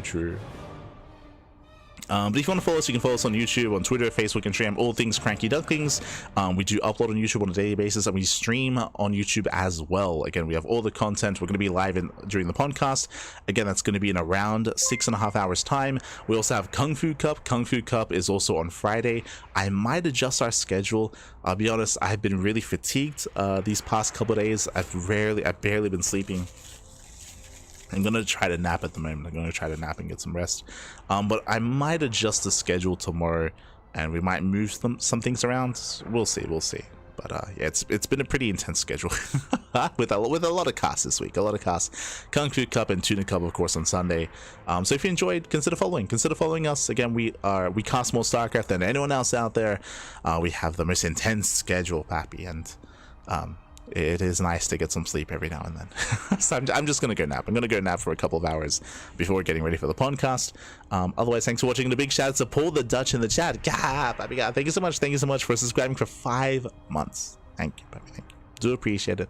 Thank you for the support, and stick around. We're going to be giving another StarCraft streamer a raid, so give them some love, give them some support. Otherwise, we'll see you guys next time. See you next time. Until then, hasta luego. Ciao, Pappy, ciao. Hasta luego. See you next time.